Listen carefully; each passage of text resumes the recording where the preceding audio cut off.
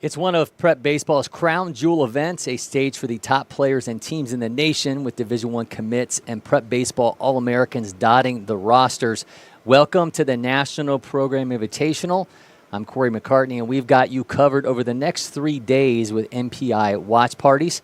I'll be joined along the way by players like Jacob Lombard, the #1 player in the nation in 2026, Keon Johnson, Georgia's #1 player in that class, Prep Baseball scouts, and so many more. The familiar faces that you're used to seeing on these broadcasts. It's like an endless baseball buffet, so buckle up. You are about to get stuffed. Now, today's matchups, as we look at the games we will be bringing you, Knights Nation 17U National against Royal Scout Team 2026. Then it's Canes Southwest National 17U versus USA Prime Aces National. And Charlotte Panthers 2027 versus USS Prime Southeast. Friday, we'll be back at 12:40, and again at Saturday at 12:40. Look at those matchups. Canes 17U NST versus Georgia Jackets 17U Nationals on Friday, along with Team Elite Scout 17U versus San Diego Padres Scout Team, and Slammers Dummin 2026s versus White Sox Scout Team Slayton. Saturday again at 12:40, Texas 12 2026 Red Sox versus Rawlings Southeast Mad Mavericks. NBA Scout Team 2026 versus Team Elite Platinum 17U and Building Champions 17U National against White Sox Scout Team. We'll be off on Sunday, then back on Monday for a championship game in the 17U division. That one coming to you at 12:40. Today's 3 games will include a combined 104 players ranked in their respective states, so this figures to be a lot of fun. Now, you've seen specialty items across MLB ballparks all across the country. Everyone's trying to outdo one another. Hate to break it to all of them, but the gauntlet has been thrown with this limited time offer here at LakePoint Sports. Say hello to the walk-off. 3 all-beef patties, towering pile of shaved steak, thick cut bacon, crispy onion rings, barbecue sauce, a drizzle of hot honey served on a brooch bun. Got stuff just reading those, but we had to have our food reviewers get to the bottom of this and present their breakdown of the walk-off.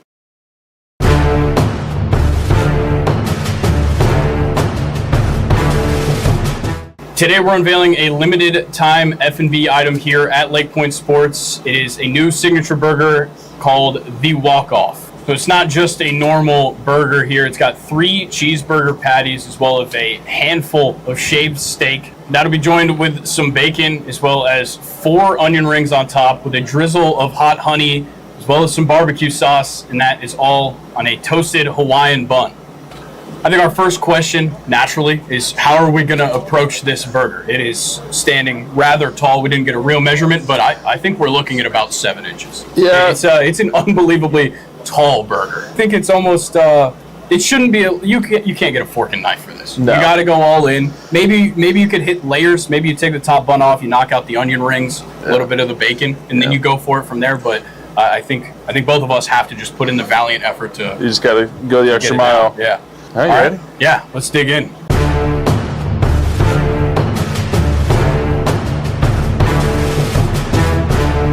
I got a neck cramp in the middle of that bite. Oh man!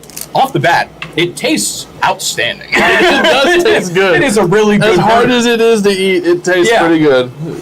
The 3 patties, you might call it excessive. You might call 4 onion rings excessive. I don't know. I think it works well together somehow. It's a daunting challenge, but like the onion rings are perfect. They're outstanding. The burgers are great. Cheese is very well melted. Yeah, I'm going for another one. And that's a serious bite right there. All right, well, everybody, all summer long, come and get the walk-off here at LakePoint Sports at either of our food and beverage stands.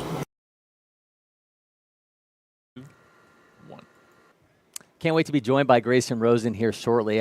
Rumor has it he has not eaten since taking on the walk-off on Saturday. Among those players in action here at MPI is Jack Richardson out of Atlanta's Marist School. This guy has a big decision looming. The top uncommitted third baseman in the nation in the class of 2026. He's also a sought-after tight end and defensive end in football. Let's get to know Jack in this edition of In the Spotlight. In the spotlight with Jack Richardson, two sports standout out of Marist playing for 643. Jack, man, good to see you. Great to have you. Thank you for having me. Absolutely, man. So the top-ranked uncommitted third baseman in the nation right now, but the decision for what comes next for you is not just about baseball. Right. You just made a football visit to Georgia Tech. You got ACC, Big 12 offers. How much is your head swimming right now just trying to figure this whole thing out? You know, it is a lot. This recruiting process has been a long one. You know, I've been doing it for almost a year now, which is crazy to me because it feels like time's just flown by, but I'm trying just to have a great summer. You know, it is busy because I'm going to visits on the weekends, you know, coming out and got a tournament the next day like today, but I'm just trying to have a good time with it. You know, when the decision comes to me, it'll come to me. I'm in no rush to commit anytime soon, so right now I'm just having fun with these guys out here and ready for the rest of the summer. What's the best situation? Is it about baseball? Is it about football? Is it about both? Like, how are you weighing all this? It's really, my goal is to play both at the next level, and I'm blessed to have the opportunity to do that in a lot of different places. And so, for me, it's the best balance of everything. But at the end of the day, it comes down to the school and the culture that they're building and the environment that I'm going to be in. That's kind of the most important thing for me. Are you finding coaches being pretty open to being a tight end and an edge guy that you would be able to go out and play baseball as well? Yeah, there is the durability concern when it comes to football, and so you kind of have to be ready for that. So, of course, some coaches will have concerns where they kind of believe in me as a person, and so when the opportunity comes to where two coaching staffs is kind of aligned and they're going to give me the opportunity to do it, there's been a lot of belief in me, which has been pretty reassuring throughout the whole process. What was the first love for you? Was it baseball? Was it football? Or was it? I will say baseball has always been my first love. Yeah. That's the one I played for the longest time. But, you know, football came in, had a great junior season last year, and I kind of caught the football bug a little bit. So that's kind of my aspirations right now, is to play both, but baseball has always been there kind of through and through. Last summer ended for you here at the Future Games, repping Georgia, Right. get on the mound, run it up to 90-plus, triple-digit exit velos, running at 6.7 in the 60. Right. What was the best part about the experience, and what's it like when August 1st comes and that recruiting window opens and the coaches can come calling? Man, we had a great group of guys for that Futures Game team. A lot of fun, a lot of personality on the team for sure, and so it made competing so much more fun, especially when we're in those big games. You know, played Tennessee, played Florida, played Texas, so some big time talent, some big time states, and we just went out there and competed, and it was really easy to kind of let loose when it was such a fun environment of guys. And then when August 1st came around, you know, I was blessed to have such a good Futures Games, like you said. So August 1st came around, and it was just a blessing to give all the recruitment that opened up once August 1st came around, and all those phone calls you got. Just a great experience. All started at the Futures Games, like you said. And yeah, I was stoked when August 1st morning rolled around. What would you tell a player going into it? I mean, obviously there's 500-plus coaches here. It's an amped environment, but when somebody's getting ready for Future Games, what would be your advice? I would say just relax, kind of enjoy the moment. There is a lot of eyes on you for sure. I've never been around that many coaches in one place in my entire life, but I was able to just, you know, take a deep breath, kind of slow it down, and at the end of the day, you're playing the game you played for so long, doing the same things you do kind of every day in and day out the whole summer. So the experience will kind of get you amped up. You just kind of got to slow it down a little bit, take a deep breath, enjoy the moment, and you're going to have a great time. We're seeing you show out baseball diamond, seeing you show out on the football field, but what are those kind of non-negotiable musts for you on an everyday basis? Those either something physical training, mental training that you're doing to kind of get you to be the best version of you. Well, first and foremost, you got to have your body ready, and that's for when it comes to any sport, not just baseball or football. But for me, you know, I stay busy. I do a lot of training besides just playing in games all summer. So making sure your body's ready day in and day out so you can go perform at your best is very important. And so that's in the weight room. That's, for me, most of it's in the recovery room. So, you know, do what you can to get your body recovered, especially after these long days in the hot sun. You know, your body's going to be tired. There's going to be a lot of lactic acid build up, stuff like that. So got to make sure you're doing the recovery stuff. Can't emphasize that enough, but then maintaining strength as well. So, you know, those big numbers you talked about, like EV, velo, those things don't go down during a long summer. That's easy to do. So making sure you maintain your strength throughout the summer is very important, and then all year round kind of building up to where you're just ready to compete every day. What's those recovery things for you? I like the normal tech boots, you know, make my legs feel good. Dry needling big, you know, ice baths, I'm big on those. I take them a lot. So just the things that you do, kind of get into your little routine. Everyone has a different preference, but for me, I just got a little routine that I built, and I found it works pretty well for me, and my body's recovered at the end of the day. Awesome stuff, Jack. Listen, man, appreciate it. Best of luck going forward, man. Thanks for having the time. Yes, sir. If you're not already, be sure you find LakePoint Sports on all our social media channels. Hit that subscribe button on YouTube. You get so much more happening here on campus.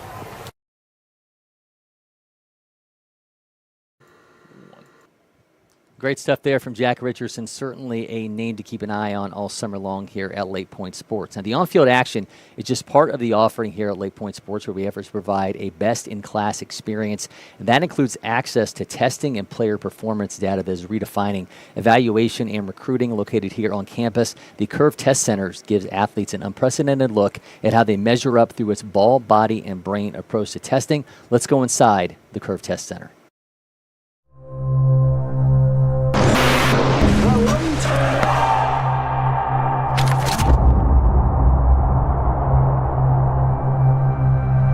We're here at LakePoint Sports, the site of the first Curve Test Center.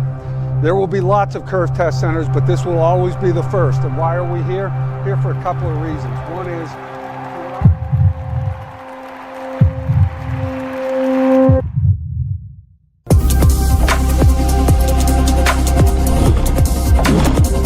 if you think about the effort players are spending trying to get coaches to notice them, the effort coaches are spending trying to figure out who's actually any good, the poor parents who are sitting there saying, where's my kid headed?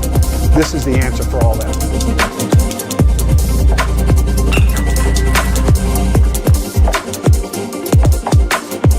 Everyone wants to be seen, right?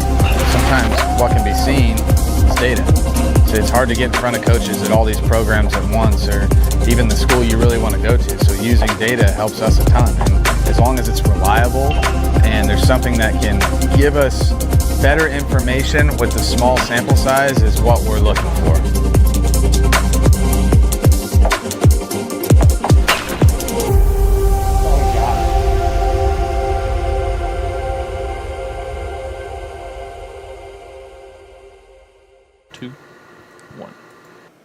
Test your athletic, cognitive, and baseball skills with TrackMe and Proteus and more. Visit the Bubble or sign up now at curvetestcenter.com. Don't miss this chance to level up your game. Welcome back in, Cory McCartney. Now got some guests dropping in now, so we're going to go ahead and have Gino Gowski from Georgia Jack is going to step in. We're going to have to you see the magic of television here. We're going to take a quick break in studio. We'll be back with Gino. You already see him on screen rocking that blonde hair. We'll be right back here from LakePoint. First one I picked up, I just liked it the best. And like I said, I tried a lot of different companies, a lot of different models, and I fell in love with Old Hickory for sure.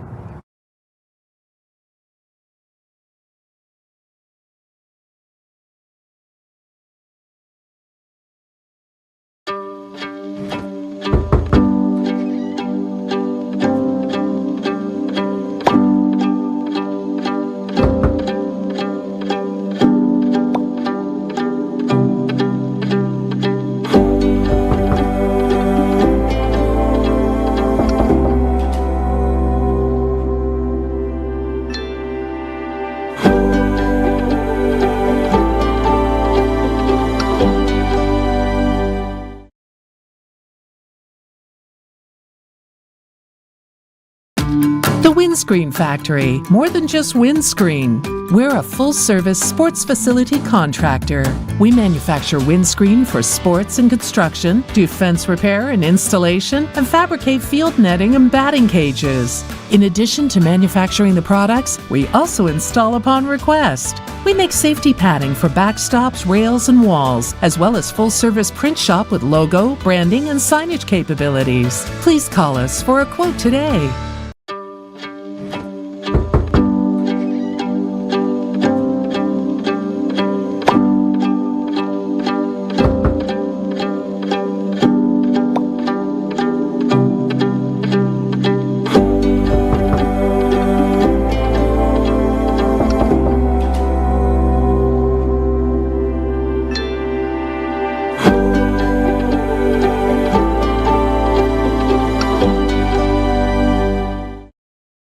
Hot summer days call for cool adventures in Cartersville Museum City.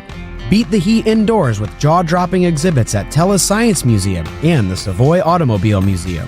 Hit the water at Terminus Wake Park, kayak the Etowah River, or head to Lake Allatoona for fishing, boating, and unbeatable lake days.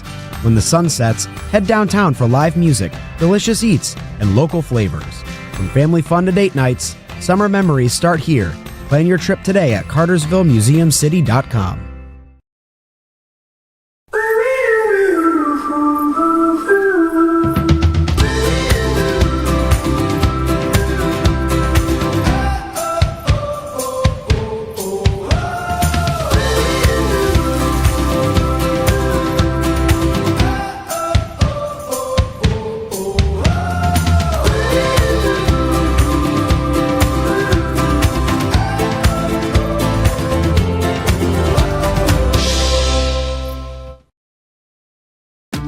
The Windscreen Factory, more than just windscreen. We're a full-service sports facility contractor.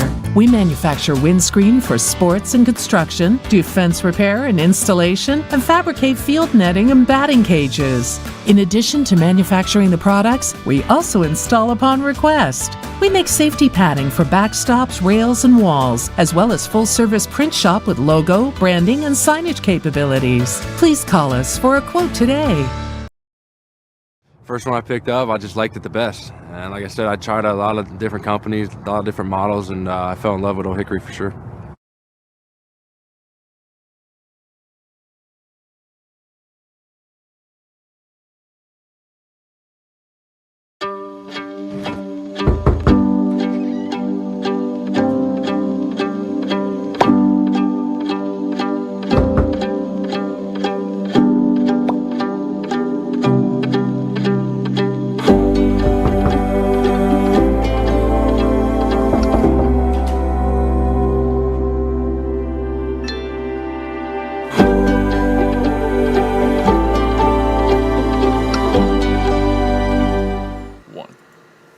Welcome back here in studio now. Gino Goralski from Georgia Jackets and Denmark High School 2026 stopping by. Gino, man, good to see you. The hair, man, looking a little bit different than last time I saw you. It's a little more white, that's all I can say. Yeah. Definitely miss my brunette hair. Definitely thinking about buzzing it off. How long is that going to take to grow back? Oh, my goodness. Probably a year. Yeah? Yeah. And my mom is very upset that I got senior pictures coming up. Oh, God. And I'm going to have blonde hair. Yeah. So take me inside the process. You and Denmark getting ready for the state playoffs. Who makes the call that we are all going blonde? It was me and Jason Williams. We didn't have a lot of seniors this year, and me and Jason convinced everybody on the team to bleach their hair. And the entire team did it, and that just kind of shows our team chemistry this year. And we're not losing a single starter this year and have a chance to be really good. What does a kid with blonde hair do?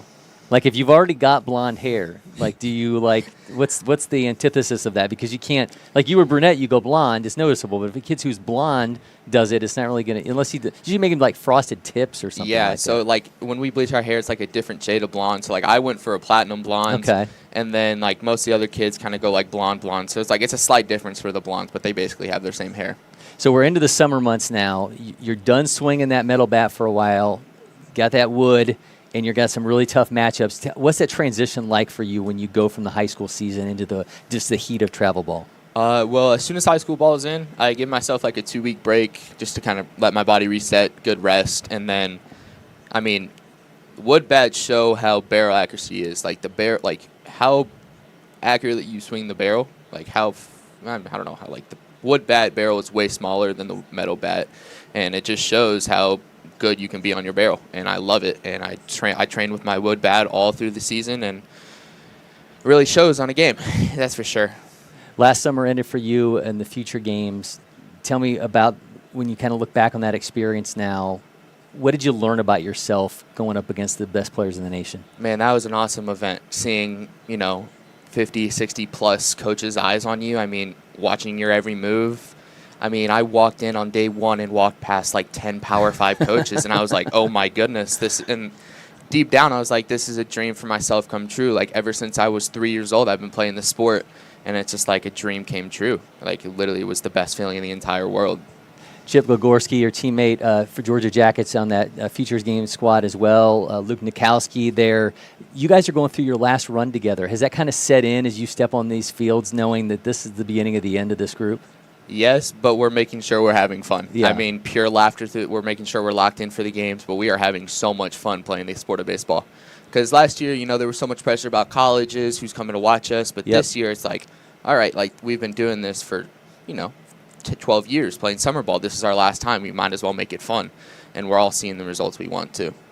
You've been playing in LakePoint events since 2022. That's 29 events. Does it feel like that's like, I mean, that's an entire season. Like, if you were to stack that up, that's like an entire high school season spent on these fields. Yes. I mean, I absolutely love it. I mean, the turf fields are beautiful. I mean, Ian Smith and Hudson Graham, I mean, they've been absolutely amazing to me. I absolutely love my relationship with them. And even you, too. Like, last year you came out and mic'd us up. It wasn't the best when we played, but we had a blast doing it. Every single time I'm up here, I always have a good time. you remain uncommitted. I was looking at the Jackets roster. There are 19 ranked players in your team. 11 of them are still uncommitted. So much has changed in the recruiting game. Is it tough to be going through it right now? 100%. I mean, seeing all these guys commit, it's awesome, but there's kind of a deep down here, where am I gonna commit? Where am I gonna go? And it's also just fuel too. Yeah. It's gonna be, how can I work harder than everybody else? How can I prove myself? How can I look different than everybody else?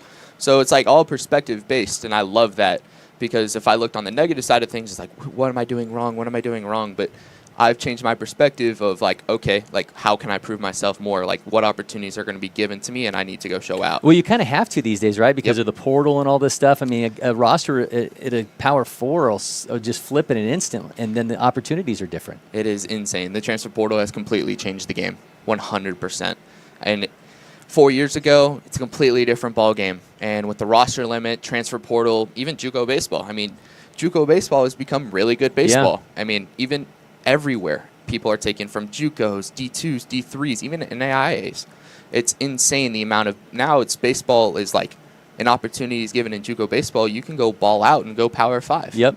It's definitely insane, that's for sure. I would have never believed this 4 years ago. You're now the 8th ranked outfielder in Georgia in 26, number 33 overall. How much do you pay attention to those when those come out? Do you look at the guys above you and compare? How does a player in those rankings view those rankings? Well, I view it in two different ways. Basically, I look up to those guys. It's all right, what are these guys doing that I'm not doing, and how I can prepare myself better to be like them. And the rankings just fuel me. It's all right, how can I make my next jump? How can I go prove myself more?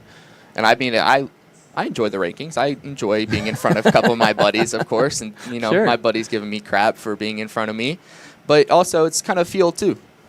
You mentioned, what are they doing that I'm not doing? I think one of the interesting things for players who may see this, or coaches who may see this, is what are those guys in the top tier of high school players doing on the day-to-day that's not baseball, that stuff that they're doing off the field, whether it's physical training, mental training. What are those musts for you, those non-negotiable things? This is my list. This is how I approach life, how I approach everything that I do outside of baseball. So when I look at all the big name characters in our class, it all comes down to the mental game and confidence. I mean, baseball is 90% mental. Everybody knows that. But if you can walk into the box and say, I'm going to do this, 90% of the time you're going to go do that. So this offseason, I've worked on the mental game, confidence. It's how can I tell, it's positive impacts of I'm putting positive thoughts in, when I'm warming up, when I'm getting ready. It's I'm putting positive thoughts in my brain, no negative. And when I go out on the field, I'm probably going to go play well when I do that. Where do you find that? Where did you find that stuff? Did you see it somewhere? Was there somebody maybe you were following that this is how they approach things? You kind of picked it up, or did you develop it yourself? Or? So I have Ronnie Kenyatta. He's my speed guy. Okay. He's really, me and him have been doing a mental program for about 8 months, and I truly bought into it. And my other hitting coach, Cory Rossi. I mean, me and him, we don't biggest offseason difference for me is that it's quality over quantity swings now. I'm not taking 400 swings when I'm going to swing for 2 hours. It's hour 15, hour 30 swinging, but we're talking through my misses and understand what I'm doing. And the biggest thing I caught from Cory is flush it. Flush exactly whatever happened. If you had a good game, bad game, completely flush it and reset. Lessons, not losses, right? Exactly. I mean, that's a huge piece of it. How much are you doing breath work and visualization? How much of that is that part of it? Meditation. Okay. I absolutely believe in meditation. And it helps me fall asleep, too. Instead of staying up till 2, 3 a.m., I can get to bed at 11 now, especially in summer, too. I love on your IG profile, you have Luke 137:4, with God, nothing shall be impossible. How much does faith play a part in you? 100%. I put all of my hardship through the Lord. I mean, my faith with the Lord, especially through the last 6 months, I've gotten really close with the Lord. And it's I want to play baseball and represent him on the field. So I really have to watch what I do on the field. And it's for Denmark, we have Bible studies every week. Or we literally, our Denmark high school, we have Bible studies on Wednesday. And it's just everybody's preaching the word of the Lord. And it's if the Lord has a plan for my life, why do I need to worry? And of course, that's super hard to realize. But if he truly has a plan that's already destined out for everybody, then what do we have to stress about? You're going to be part of, and we'll have more information on this coming in the next couple of weeks, our first class of LakePoint athletes. I don't want to give away the other names. We'll have another one of them on the broadcast with us tomorrow. But how excited are you for what's to come and kind of setting the seeds here for us to be able to bring branded athlete content that our content team creates around you guys? So excited. I mean, like I said again, I've had so much fun at LakePoint Sports, and now being able to like give back to y'all and make sure that I can give my best to y'all is just like the smallest thing I can do for y'all, and it's going to be super exciting. We're excited to make it happen. I do have to ask you, you said the first game here is going to be against this star-studded San Diego Padres scout team. You got Cameron Mabin over there coaching these guys. His son's on the team, Jacob Lombard, Keon Johnson. How does a player go into a matchup like that when you know that those are the guys in the other dugout? Confidence. I'm going to go up there and do my thing regardless of the pitcher, player, or the other team. It doesn't matter who I'm facing. I'm going to go ball out. You want their best? Yeah, absolutely. I want everybody's best, and that's what I'm out for. Like, this summer, I'm here to prove myself. Like, last summer, I didn't do exactly how I planned to, and this summer's kind of a revenge tour for me. I love it, man. All right, he is Gino Gowski. You see plenty of him all summer long. We're going to take a quick break in studio. Gino, man, wishing you nothing but the best, and we will see plenty of you soon. Of course. We'll be right back with more from the NPI Watch Party. First one I picked up, I just liked it the best. And like I said, I tried a lot of different companies, a lot of different models, and I fell in love with Old Hickory for sure.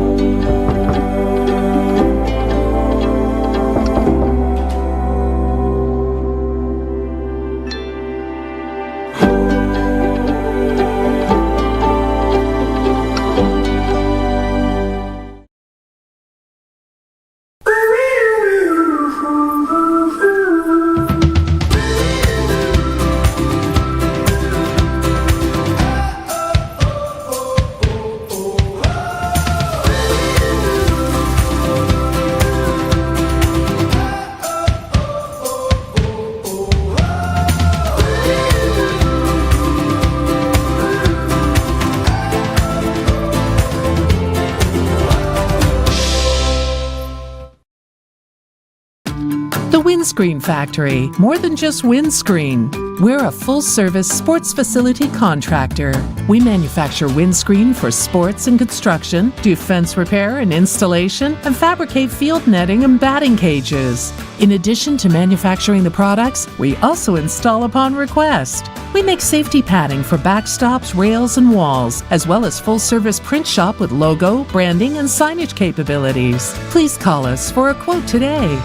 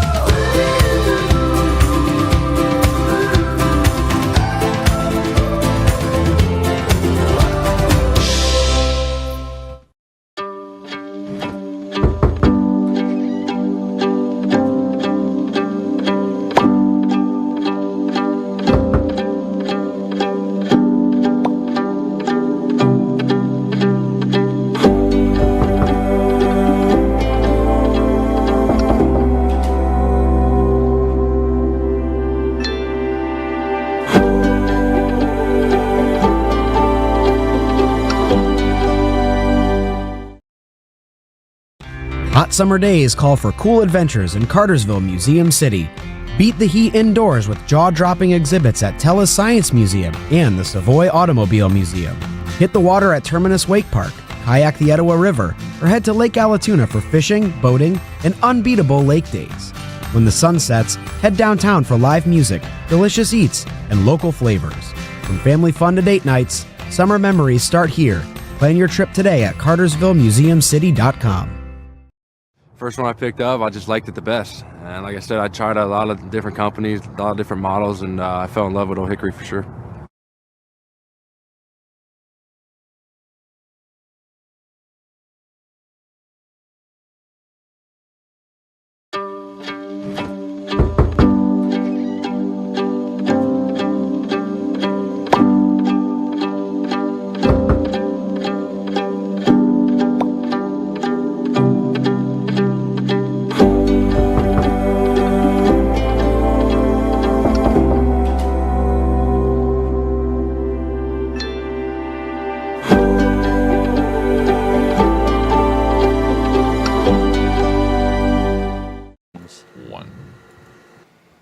Welcome back to LakePoint Sports. Great stuff from Gino Goralski. I'm so excited to do our LakePoint athlete program with him as the summer moves along. Grayson Rosen now joining me in studio. I think our camera got a little bit adjusted. I think we might have to mess with that. We might have to shift over. Yeah. We'll see. All right. Well, our 3 games that we've got for you today: South Charlotte Panthers versus USA Prime Southeast, Knights Nation versus Royal Scout Team, and we've got Canes Southwest National against the now combined USA Prime / Aces National. I got to tell you, the Aces National team, I was a little worried what they were going to look like, because Aces National always had this really great blue. Yeah. You know, and then they're all wearing the USA Prime. But I was talking to Trevor Condon, they're pretty pumped about wearing those new USA Prime uniforms. So yeah, that was a big deal. It definitely got across the travel baseball world pretty big. I think it was back in the fall, maybe early this year, when those two decided to team up for that national team. And I think all those Aces guys are pretty excited to be a part of it. Yeah, so our games are a little bit off right now. So we're actually bringing you coverage of FBH Angels against Wow Factor. That game is actually got all of our other games wearing behind, because the USA Prime, that's going to be your, that's going to be that Aces National USA Prime against Canes Southwest. So that one is a little bit delayed up in the top right there. So we will bring you everything as soon as we can in this matchup. Right now, we have Knights Nation against Royal Scout Team up in the top left corner. That's on field 9. Up to bat right now for, I believe that's Royal Scout Team up to bat right now. And we've got William Bologna at the plate right now. Bologna, Liberty North, Missouri, number 8 shortstop in Missouri, 53rd overall in the class. Doesn't look like our camera system's cooperating on field 9, but Knights Nation. I believe is that Brody Hatchett that's on the mound for them right now? No, that's Boudreaux. Got Cohen Boudreaux is on the mound. Cohen, Iowa High School in Louisiana, gets himself a strikeout there of Bologna. 17th ranked left-handed pitcher in Louisiana, 95th overall in the class. Got him with a fastball around 82.6. Former future gamer now stepping in for Royal Scout Team. It's going to be Ben Graves. Graves, a Wichita State commit out of Lawrence Free State High School in Kansas. He was a 2024 feature gamer and a 21 junior feature gamer.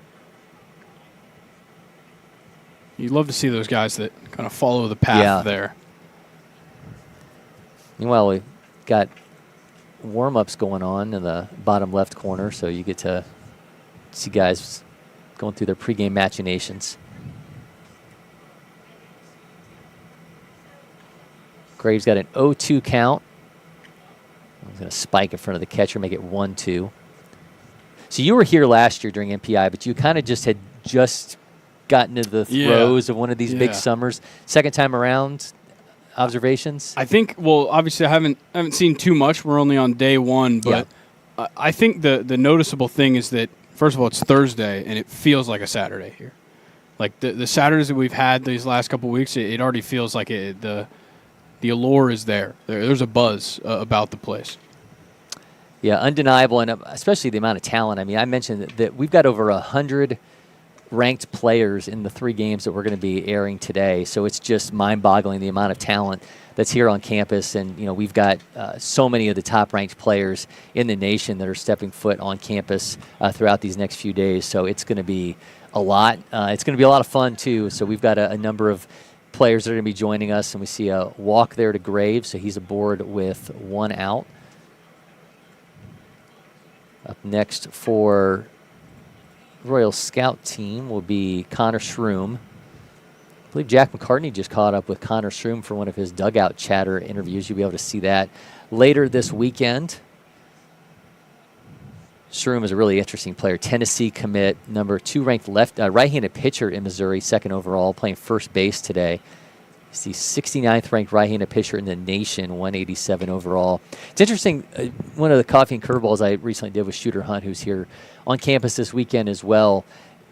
There's never been a prep right-handed pitcher to go number one in the common draft. And it's almost mind-boggling, but you think about, and you and I have talked about this before, there's no more common position across baseball than a right-handed pitcher. Yeah, I think it's just there's such a surplus at that position, and obviously there are guys that shine above the rest. Yeah.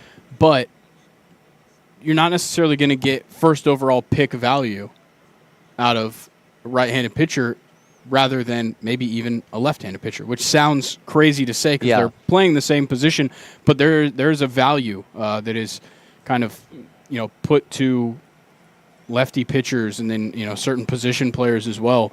I mean, I'm sure there's plenty of positions where there hasn't there's not a lot of guys that have gone number one overall, but surely somebody stuck out and got that pick. But I think there's maybe antiquated ideas of how we value these prospects, especially coming out of high school, heading into the draft. Yeah, and it's obviously of interest, too, because you got Seth Hernandez, who if Ethan Holiday, who everyone thinks is the presumptive number one pick, doesn't go number one, then that's another guy that the Nationals potentially could be looking at out of Corona High School. And a prep baseball All-American and just a really special arm. We're going to go single view with you as we wait for those other two games to get underway. So you need to watch guys go through their pregame warm-ups unless you're a coach and you were looking to see what maybe these other teams are doing that maybe you're not doing. But we're going to lock in here on this Knights Nation Royals Scout team matchup. Cooper Shroom, still at the plate. He's got a 2-2 count, 83-mile-an-hour exit velo off that last offering. Boudreau already up to 17 pitches.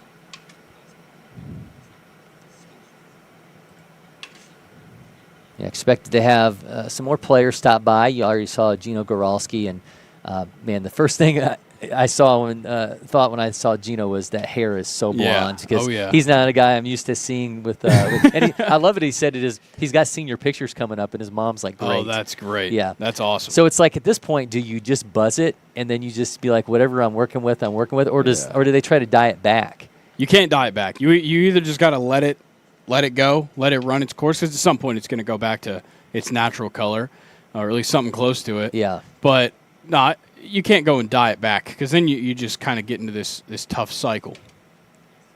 Swinging on that one and heading back foul. Yeah, I mean, I almost think like I wouldn't begrudge Gino's parents if they were like, you're not getting your senior pictures until like the spring. Well, see, that's a whole problem with the yearbook. There's a certain cutoff of when you got to get those pictures in if you want to be featured in your school's yearbook. So that's where these are the thoughts that these guys never have when they all get together ahead of the straight playoffs and say, all you're thinking about is a championship. Yeah, and then they get to look in the mirror and say, now I have bleach blonde hair. Get the walk right there. Put two runners on here with one out. All right, back-to-back walks out of Boudreau. See who Royals are going to bring up next. These Kansas City Royals uniforms look fantastic. Yeah, they do look great. GT Taylor stepping in. We had GT Taylor mic'd up last summer, and he was a blast. Now a Kansas commit. He actually flipped his commitment to Kansas out of Christian Brothers College High School in Missouri.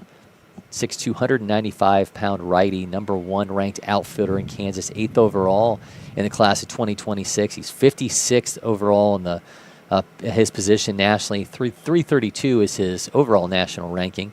2024 feature gamer. Exit velo's 101.3. Bat speed 76.8. Wow. I always think of the bat speed. Is it fast enough to get pulled over in Georgia? Well, if you're on 75, probably not. But if you're going through Midtown, yes. Yes, probably. See what two aboard. Taylor. Yeah, two aboard for Taylor. See what he got. Swings on that first pitch. 66.8 on that. Didn't look like 66.8. 84.6 maybe. Maybe that was an actual readout. But yeah, these Royals uniforms are just they're pretty. Absolutely it. Absolutely it. Everybody wants to be Bobby Witt now. Make that 1-1 off that elevated one. I wonder if they've got maybe a throwback style as well. Ooh. Some of these guys will come out with a throwback or a City Connect if they're one of those scout teams. I wonder if maybe we'll see a George Brett style. Maybe we'll see some pine tar. Maybe. We'll see somebody have a pine tar moment in these Royals uniforms. Taylor swings through that. Counts now 1-2.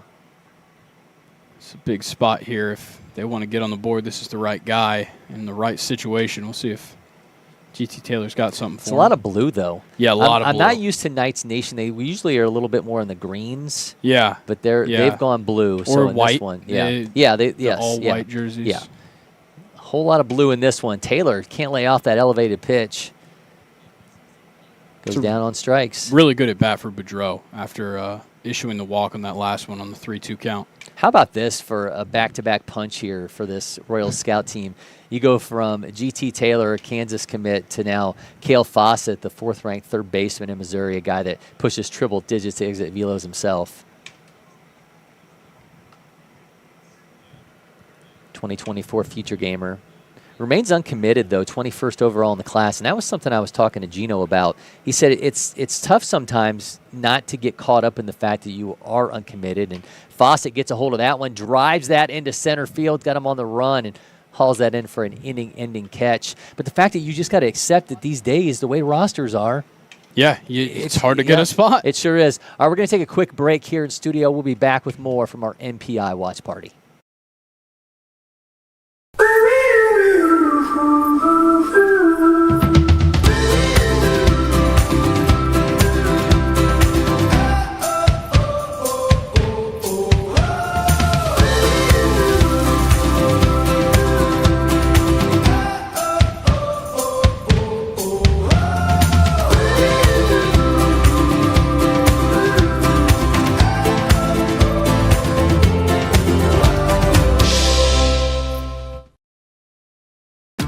The Windscreen Factory, more than just windscreen. We're a full-service sports facility contractor.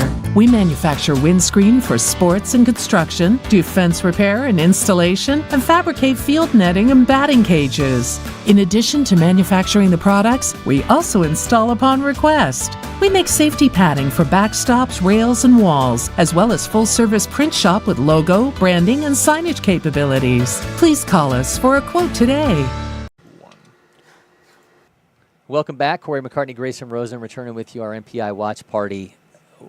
Getting ready to have our Kane Southwest National versus USA Prime Aces National matchup. That one is going to be underway shortly. The umpires just stopped by and talked to us on their way to the field. So excitement around that one. Gio Rojas is going to be on the mound for USA Prime. Do we have to call them USA Prime / Aces National every time that we bring them up, or are they just going to be going by USA Prime? They're wearing all USA Prime uniforms. Because I went over there and saw the guys in the cages, talked to Trevor Condon from Etowah. He's going to be by tomorrow when they arrive on campus.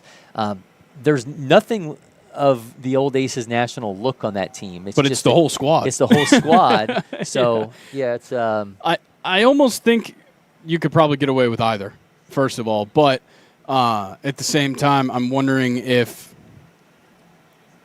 there's so many other USA Prime teams here.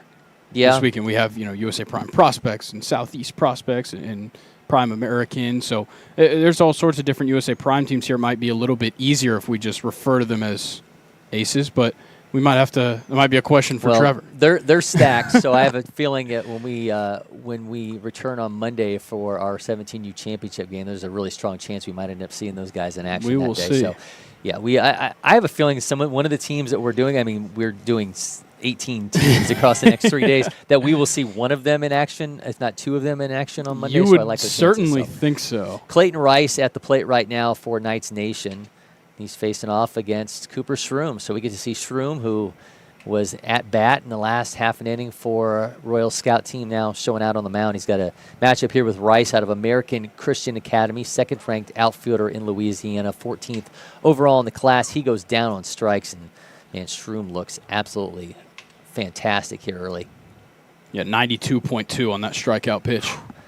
We've got him at 92 at the top end on his profile, but he's also got a changeup, 82, 83, curveball around 71 to 73, and a slider that's around 83 miles an hour. Chases that at the plate with exit velos around 95. Must be nice. 92.5 on that one to open up the bat. This is Seth DeGeorge now at the plate for Knights Nation. Parkview Baptist, Louisiana, 26. 9th-ranked outfielder in Louisiana, 38th overall.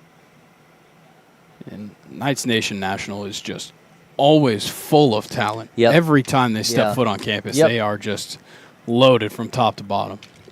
Well, that's the name of the game this weekend, because this is really a weekend unlike any other. I mean, we get pretty excited about future games, and for good reason, because there's 500-plus coaches here. You're seeing guys go out there with a chance to show out before they can make their dreams come true when that August 1st deadline hits, and these same coaches that they're playing in front of, as Shroom gets another strikeout, can start calling. And this is different, though. A lot of these guys, the next thought for them is next summer in the draft. Yeah. You know, and so we've got a number of guys here, just like last summer when we had Ethan Holiday here on campus. A lot of these names you're seeing across the next few days are going to be names that you could hear next July get their names called in the MLB draft.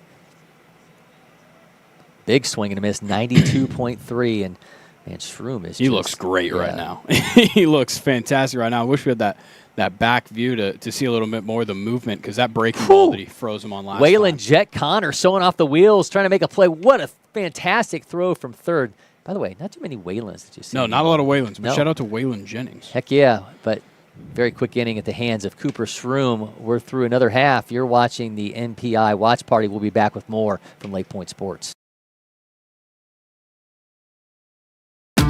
The Windscreen Factory, more than just windscreen. We're a full-service sports facility contractor. We manufacture windscreen for sports and construction, do fence repair and installation, and fabricate field netting and batting cages. In addition to manufacturing the products, we also install upon request. We make safety padding for backstops, rails, and walls, as well as full-service print shop with logo, branding, and signage capabilities. Please call us for a quote today.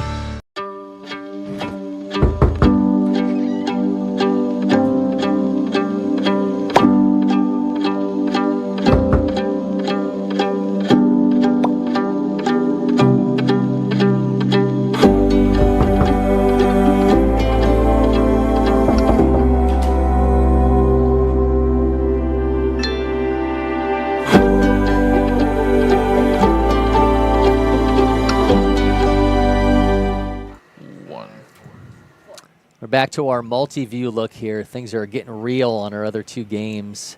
Still rolling along here in this top right corner.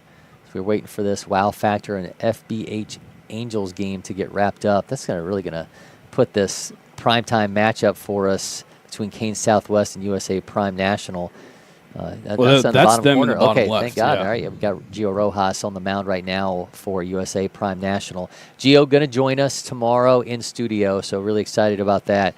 And this just, there are 21 players on this USA Prime Aces national team ranked in their respective states, 13 carrying national rankings, 14 Division I commitments, 3 prep baseball All-Americans, and a partridge in a pear tree. And they also have Steele Hall playing, who's likely to hear his name called in July's draft because Steele doesn't turn 18 for 2 months. Yeah, I mean, that's a huge asset when you're talking about draft eligibility for coming out of high school. If you're still not going to be 18 when that draft comes around, that's got to light up some eyes. There's some guys out there that are like, oh, we've got more time to work with this guy if he wants to sign. And it's a super valuable, I say asset, but like it's not like they chose. It's not like Steele Hall was like, yeah, I think I'm going to just have my birthday after the draft, but it's going to work out in his favor. Yeah, and he's, again, with an extremely talented group here in this USA Prime team. And, again, Gio Rojas on the mound right now. Rojas, just an absolute definition of a flamethrower. Just hit 95.9. Yeah, he's up to 97. Man, him and Stoneman Douglas just won their 5th straight Florida State championship. They're the first team in Florida high school history to win 5 straight championships. He struck out 15 in the state semifinals in a 1-hit shutout.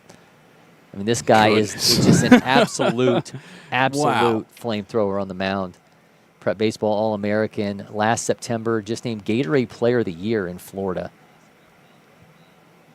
Going to have a Gatorade Player of the Year joining us today. Yeah, we are. Yeah, we're going to have Keon Johnson here in Georgia. He was the Gatorade Player of the Year. Now they're all up for National Player of the Year, so going to be a lot of fun to sit down with Keon after another big year for him. First Presbyterian Day. Puts that one in play. Second baseman has it, gathers, throws, speed on the base pass, but they do get the out. Now we have Lexi Bowers is out. Lexi's out for us all weekend long. Lexi Bowden is out collecting interviews for us. She had a chance to catch up with Will Myhand, Mill Creek 2026, and North Carolina commit playing for Smart Tents. Here's his interview with Lexi. Hey guys, here with William Myhand, who just got finished playing in his second game so far in this national program Invitational. How you feeling? I'm feeling great. Swings, just getting back into the swing of things. It's our first tournament. Just trying to get back to where I was. What is that like, kind of kicking off the summer with a new team when you'd been with your high school team the entire last year? It's fun. I love the summer ball environment. It's just always a good time. And you play with your twin brother, Yeah. Walker. Walk me through what that's like, having that bond and your brother as your teammate too. It's just you always got somebody to lean back on if you if you're in a slump or not doing good. He's always there to be there for you. I love that. Built-in bestie. Yeah. Want to talk about your game, number 1 ranked first baseman in the state of Georgia. What kind of pride do you put into your defense? That's my biggest thing. I love defense. It's fun, and I work really hard for it. And you got a lot of things to look forward to as you announced last year your commitment to UNC. Walk me through the steps to that decision. I really like the coaches, and it's just the environment they have there. They have a great history. I just love North Carolina baseball. That's exciting. Have you been following along their past season? Yes, ma'am. We're doing really good right now. We got a super regional coming up this weekend. Exciting to think of you being in those steps in just a couple of years. I want to end it on this. You played in this national program Invitational last year. What was just the mindset going into this weekend? Try to do the same thing I did last year. I had a really good tournament and kind of got my name more out there. So trying to just do that again. Awesome. Well, thanks so much for your time, William. Thank you. And we'll have much more coming from the national program Invitational.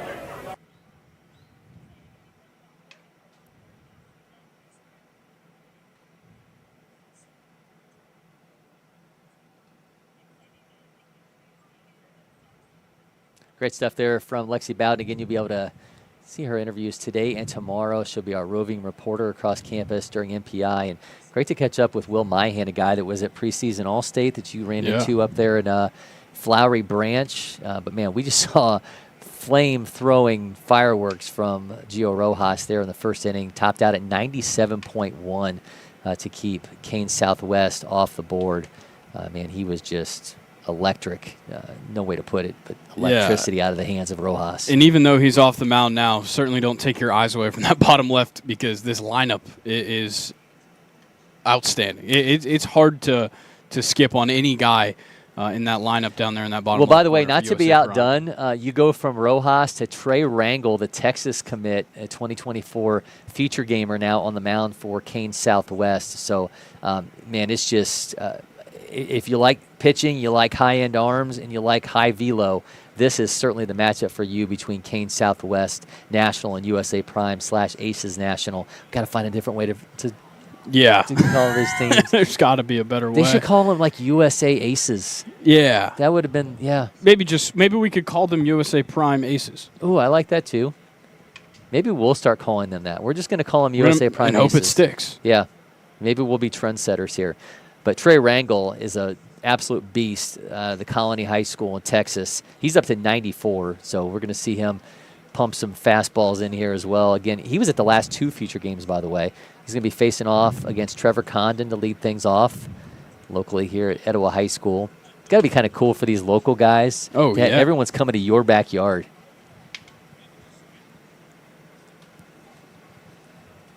Condon, the Alabama commit, or Tennessee commit, will lead things off. I'm trying to put Trevor at a different SEC school. After Tennessee goes down in the College World Series, I'm trying to put him on a different squad. I'm sure he'll love that.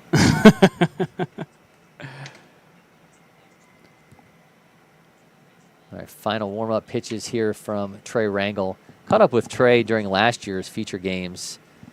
And yeah, man, he was a lot of fun. And it's just always so cool to see the growth in these guys. Yeah. Because I think as much as the feature games is an opportunity for these scouting directors to kind of put their stamp on a guy and feel like, okay, this guy is this is one of the next big things in our states. For them to come back the next year at MPI and be like, yep, I got that Division I commitment now. Yep, I'm throwing mid-90s. Yep, let's absolutely go. I don't care who you throw out there. Yeah, it's pretty awesome to And I think that's the nice thing about these big events like NPI, like you said, we kind of, Future Games is obviously big for its own reason, but getting those guys back here for NPI is always so exciting to get maybe a second look or just a different look at these guys after, a big, obviously, junior season at the high school level and the whole recruiting process and whatnot to see them come out here and still trying to show out because the next stop is the draft, hopefully. Rangel is obviously pumped. He just spiked that first offering to Condon, 96.7, smacked his glove. I mean, this is quite the matchup here to start off an inning. Comes the 1-0. Condon puts a surge into that one. 1-0-3-3 off his bat. He's going to be round at first, make his way to second base. Trevor Condon's got an absolute double to start things off, showing off that ridiculous speed. He's got a leadoff double off of one of the highest leverage arms in this event. And whew, man, that was absolute magic. That was crushed. 103.3 is off with a wooden bat. Yeah. I thought a little bit of inside baseball here, no pun intended. The scoreboard is a little bit ahead. Yeah, and that's just how that happens. Yeah. I saw 103.3. I thought we were about to get hit by a ball out here at the studio because that lines up perfectly with where Trevor hits his bombs. Is simply right where our studio is off field 12. Speaking of dudes who hit bombs, Coleman Borthwick is now stepping in, and this guy. You just have to look at him, you'd know. 6'6", 254 pounds, Auburn commit, the top-ranked third baseman in Florida, second nationally at his position. This guy, at last September's Prep Baseball All-American game in Lone Depot Park, won the home run derby. Yeah, he is just raw power. Yeah, and it doesn't help. The pitcher when you've got Trevor Condon dancing around there at second base being as aggressive as possible. Rangel gets a strike in the outside. He's got Borthwick in an 0-2 count. Got him looking twice. We'll see if Borthwick's just still trying to get a feel for. Yeah, he's got a few pitches to give. Would not be surprised if we see something off speed from him here. Ooh. Sends that one foul. Wish we got the exit velo because that thing kind of jumped. I think that one was headed for right field left field over there on field 9. Max exit velo that we've got for Borthwick is 105 with an 80.7 bat speed. He also gets on the mound and runs it up to 95. I joked with him, and he's going to be in here tomorrow as well, pregame. I feel like he's gotten even bigger since I saw him in September in Florida. I don't know how much bigger he can get. Built like a mountain right now, 6'6", 254. And he's got a 1-2 count with Condon at second. Swing and a miss, and Rangel stepping up big time gets the Auburn commit on strikes. I mean, there's not much you can do with 96 up and in. That is for sure. And I'm going to go ahead and say this may be there's a lot of teams playing. This may be the best 1-2-3 that any team will roll out all week long because you go from Condon to Borthwick to now John Stowers out of St. Paul's Episcopal in Alabama, the #1 ranked player in Alabama, another Prep Baseball All-American. 99.8 exit velos at the plate, 74.6 bat speed for another Auburn commit, another test here for Rangel. And this is another event where we do get a good taste of West Coast teams getting out to Georgia as well and trying to see them go head-to-head with the East Coast guys. It's another fun opportunity that you just don't get to see every week. I mean, you can tell that the eyes are on this one. Just look around. Oh, yeah, it's crazy, right? This is Future Games-esque. And it's weird, too, because there's obviously some MLB scouts here. None of the college coaches can be in contact with these guys. Not right now. So 1-0. Oh, pumps that in for a strike at 82.5. Yeah, not really happy that he let that one go by him. Still scoreless up in Knation Royals scout team. We're also waiting for our third game to get underway between South Charlotte Panthers and USA Prime Southeast. That's a 16U matchup. The other two are 17U games. We haven't given too much attention back to that Royal Scout team. Well, it's been kind of hard to with what we've seen on the mound. Well, I'll let you know that Cooper Schrumm's pitching fantastic right now. Through 3 innings pitched, he's already got 4 Ks and hasn't allowed a hit, just a walk so far. That one goes in the dirt.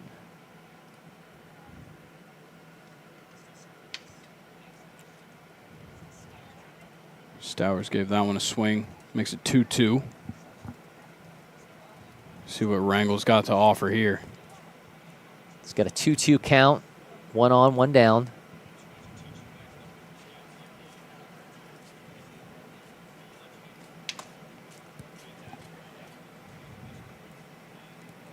Wrangle going to take a second to gather himself.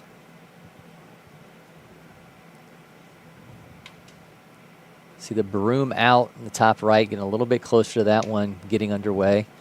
So 2 of our games are currently in progress, both scoreless. Already in the 3rd inning of that Knights Nation Royal Scout Team game. Wrangle missed outside with the breaking ball, so make it 3-2. These are the kind of situations you want to see these guys in, both the hitter and the pitcher. Stowers fouls that off, 52.8. Off the 95-8 fastball.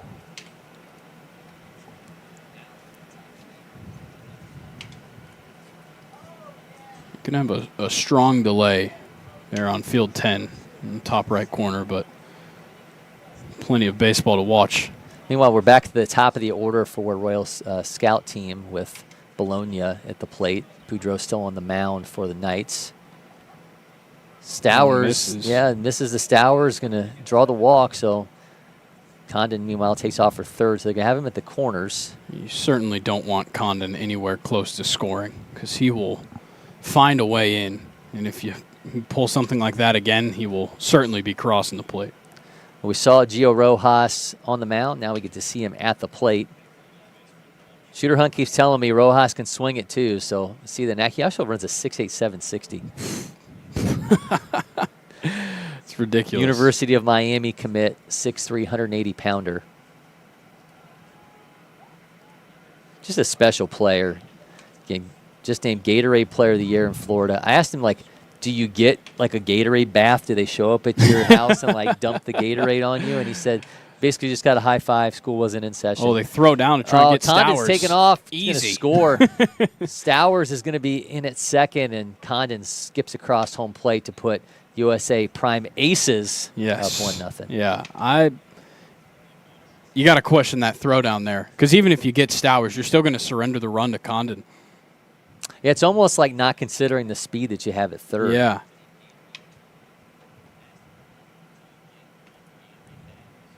All right, so now Rojas is backed by a 1-0 lead. He's got an 0-1 count. Make that 1-1. Just in his at-bat, he's already helped himself out when he has to go back on the mound.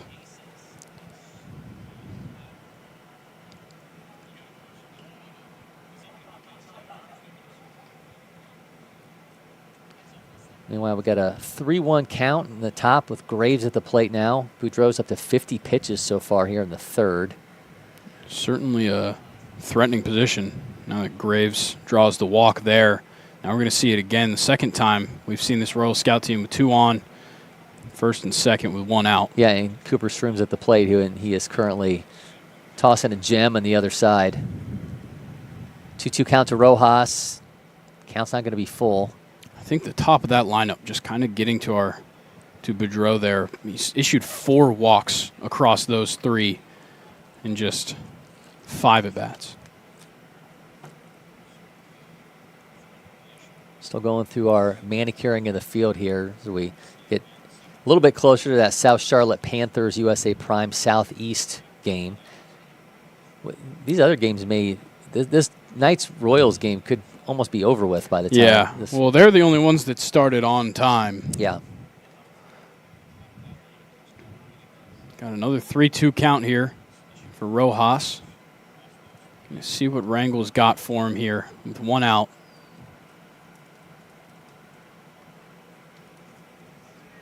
Throw down to second, excuse me. Sometimes a little bit harder to pick up on everything when we're doing these watch parties. Still a full count to Rojas. Yeah, just got the ball fouled off. Wrangle still bringing the heat, 94-9 on that one. Nothing Rojas hasn't seen. Yeah, 20 pitches here in the first inning, making him work. USA Prime Aces already have a 1-0 lead. Spikes it, and Rojas is aboard via the walk. So now I'm at first and second. Pretty nice when your battery extends things in the top or in the bottom of the first for Yep. you. Oh, man. Okay, so now I think it's probably 1 through 4 because you have now gone Trevor Condon, Coleman Borthwick, John Stowers, Gio Rojas, and now Big Ty Tillery is going to step in. Tillery just hit a grand slam this past weekend at the Prep Baseball Showdown. Georgia commit out of Morgan County High School here in Georgia. 6th-ranked right-handed pitcher in Georgia, and I'm talking about him hitting a grand slam last weekend. 15th-ranked player overall in the state. He's 188 in the nation, and he steps in with 1 out and 2 on, and his team already up 1-0. Big catch up there in the top left for Knights Nation, getting out of that inning without giving up a run. We got a courtesy runner for Stowers at second. Did we get a? I'm sure we got one for Rojas as well, even though he runs a 6.87 60. Lyndon Flannery is the runner now at second base in place of Stowers. He's certainly no talent to scoff at either, though. No, He it's is crazy, pinch right? running. You got a Florida State commit that you're just going to throw in there and go pinch run. Yeah. 9th-ranked right-handed pitcher in Florida. He runs a 6.8 60. He was here last summer for the future games as well. Big swing and a miss. Yeah. I'm sure Tillery looking to make some noise here. I mean, this is a team with a lot of swag. I mean, I was around these guys pregame when they were in the cages, and they are absolutely pumped to be together and go on this run. Because this is the last one. I was talking to Gino Goralski about this. I mean, it's got to be weird, but at the same time, it's like you don't want to leave anything on the table. Like it's we're going all out. Forget the commitments. Forget the high school season. What went right, what went wrong. You're here to come show up, show out, and put together some runs. And this is a team certainly capable of doing it. Oh, Rangel gets the K, man. Second out. They get out of this with just down 1-0. It's going to be big time for Trey Rangel. It's been his pitching that has kept them here. Parker Grants, Auburn commit, steps in. 3 Auburn commits in their top 5 batters. I mean, it just doesn't stop. This lineup is it's an onslaught of talent. It sure is. I don't know how you find enough ABs to make everybody happy, honestly. I mean, I mentioned the number of commitments on this team. I mean, it's mind-boggling to think that you can roll out 21 ranked players, 13 nationally ranked players, and 14 Division I commits in a guy who was about to get drafted in a month. Yeah, and that last pitch got away from the catcher, so both runners advance 90 feet.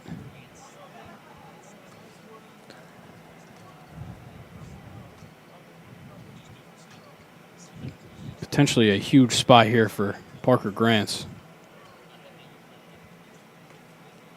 Big lead there at second. Grants fouls that off. 82.2 off his bat.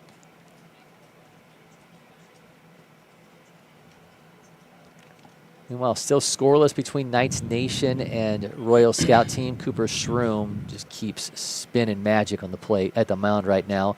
Last pitch, 90.4 out of his hands. Royal Scout Team has 1 hit. Meanwhile, Knights Nation has 0 as we sit in the 4th.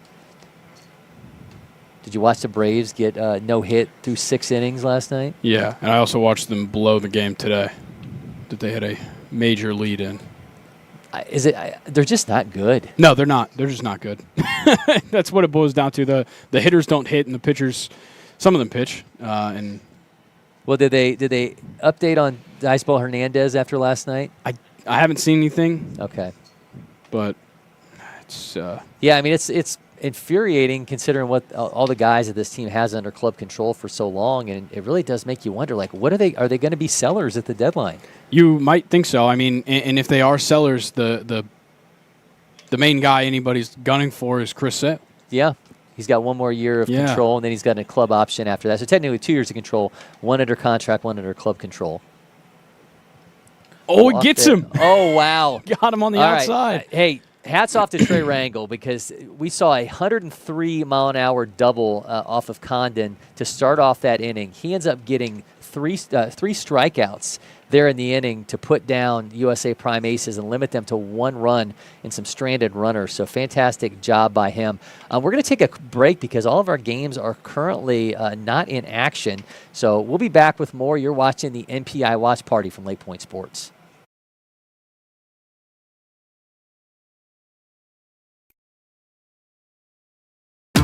The Windscreen Factory, more than just windscreen. We're a full-service sports facility contractor. We manufacture windscreen for sports and construction, do fence repair and installation, and fabricate field netting and batting cages. In addition to manufacturing the products, we also install upon request. We make safety padding for backstops, rails, and walls, as well as full-service print shop with logo, branding, and signage capabilities. Please call us for a quote today.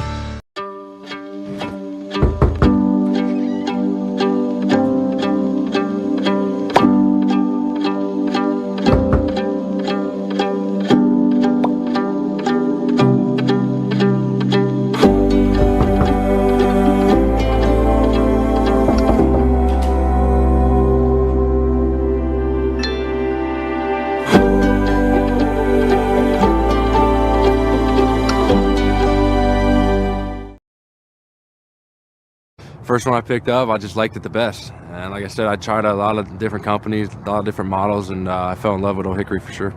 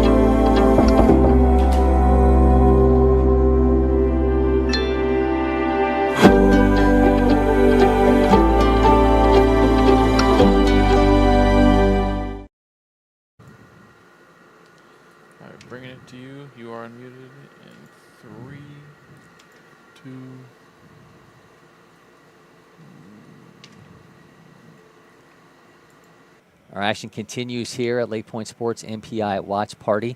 Getting a little bit closer to that third game of South Charlotte Panthers and USA Prime Southeast up in the top right corner. Meanwhile, Knights Nation and Royal Scout team are still scoreless in the fourth. USA Prime Aces. We're just going to call them USA Prime USA Aces. Prime Aces. USA Prime Aces. We're not calling them USA Prime / Aces National. Against Kane Southwest National. That one is still 1-0. Gio Rojas on the mound once again. Facing off against Stevens.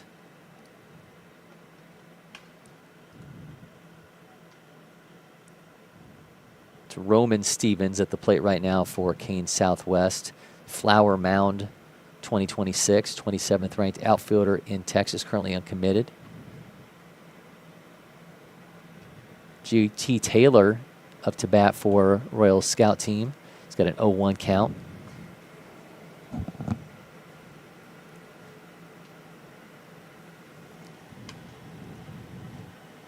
Aaron Rodgers is officially a Pittsburgh Steeler. So there you go. Big sports news of the day. Surprised to see that one. Yeah, the move that everyone knew was coming. We was just waiting to see it happen. Double play ball here. Does he get him? He doesn't. Makes it safely there at first. All right, Stevens will remain at first with one down. Meanwhile, GT Taylor goes down on strikes for the second time. Not a good day to start for GT Taylor and this Royal Scout team, just missing out on run scoring opportunities. And really the first 3 innings now, and we'll see if maybe they can get something rolling here in the bottom of the 4th. They've certainly put the pressure on, but Knights Nation having no problem with it. With 1 down, Rojas now has Chase Piro from Waxahachie High School in Texas. 2026 third baseman and shortstop. Cash in here and even up this ball game. He's got a runner at first and Stevens. Puts that one in play. Ooh.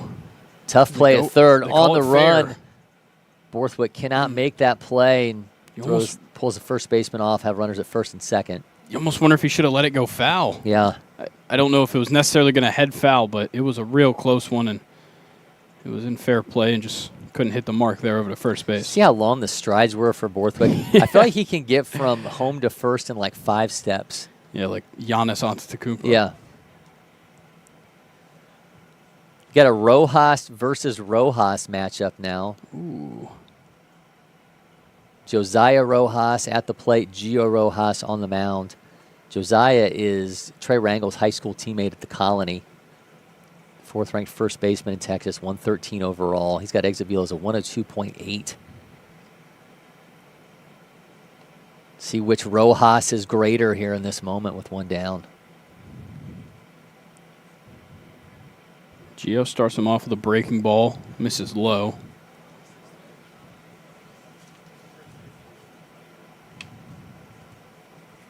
Should be getting close to being underway up there on field 10. I believe our umpires might have just passed by. Everything a little bit delayed. Man, look at that crowd now in this Canes Southwest USA Prime Aces matchup. I mean, it is staggering the amount of faces back there watching this game. See him up in the Scout Tower as well. Typically, that's a little bit more full. Rojas fouls that off, but it's a little bit more mild than we're used to in June in Georgia. I think it's just day 1. I think we're going to get some out-of-towners filing in as the week goes on as well.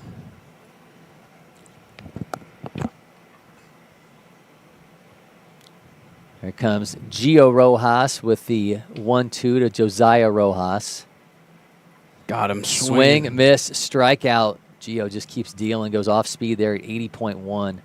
Yeah, Gio obviously knew that in that lefty-lefty matchup, the breaking ball was going to be his friend. He certainly buddied up with it in that one. Now 2 down. Bring up Castleberry. Jackson Castleberry, to be exact, out of Argyle High School in Texas. 24th ranked outfielder in that state, 159 overall. Also uncommitted. I feel like we didn't used to have so many guys who were highly ranked players who were uncommitted. I mean, I know it's obviously we were talking about that earlier, but it's just, to me, it just seems like it's an event like this. It just seems to be more staggering, the amount of guys. Yeah, you know, definitely. And I mentioned to Gino Goralski when he was in here, there are 19 ranked players on that Georgia Jackets team he plays for. 11 of them are uncommitted. Yeah, and I think potentially NIL plays a huge factor in that. I mean, obviously the roster spots are a big piece of fix the drapes here of the puzzle there in real time. But I think there we go. No, I still didn't. Didn't quite get there. But we're so close. We're so. See if I can do it without like bringing the house down. Jacob, how you doing, man? We've got a special guest here. All right, so I'm going to take a quick break here in studio. Jacob Lumbard from San Diego Padres Scout Team is going to join us. We'll be right back with our MPI watch party. No, you're good. I'm just filling you a little space. Yeah. All right, Jacob, go ahead and sit down and have a seat, man.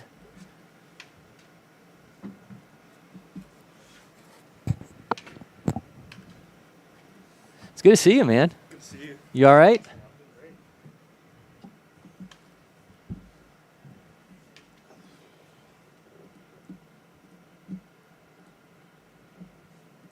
Yeah, go ahead and throw these on. Let's put it across your back. That way it doesn't, there you go. We're doing this all on live TV, by the way. Those uniforms always look fantastic. feel like our lighting got weird again with the white uniform.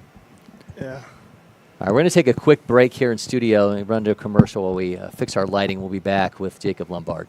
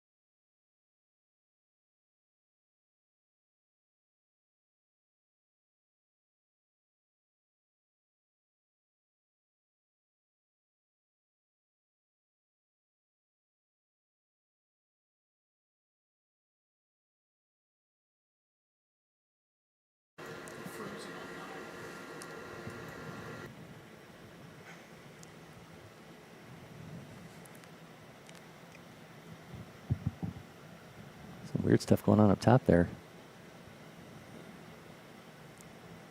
There's the team. Oh, yeah. Behind that game. Whole crew. We'll get you out of here. It'll just take a couple minutes. We actually got some time to warm up earlier, so we're good. We good, Mason?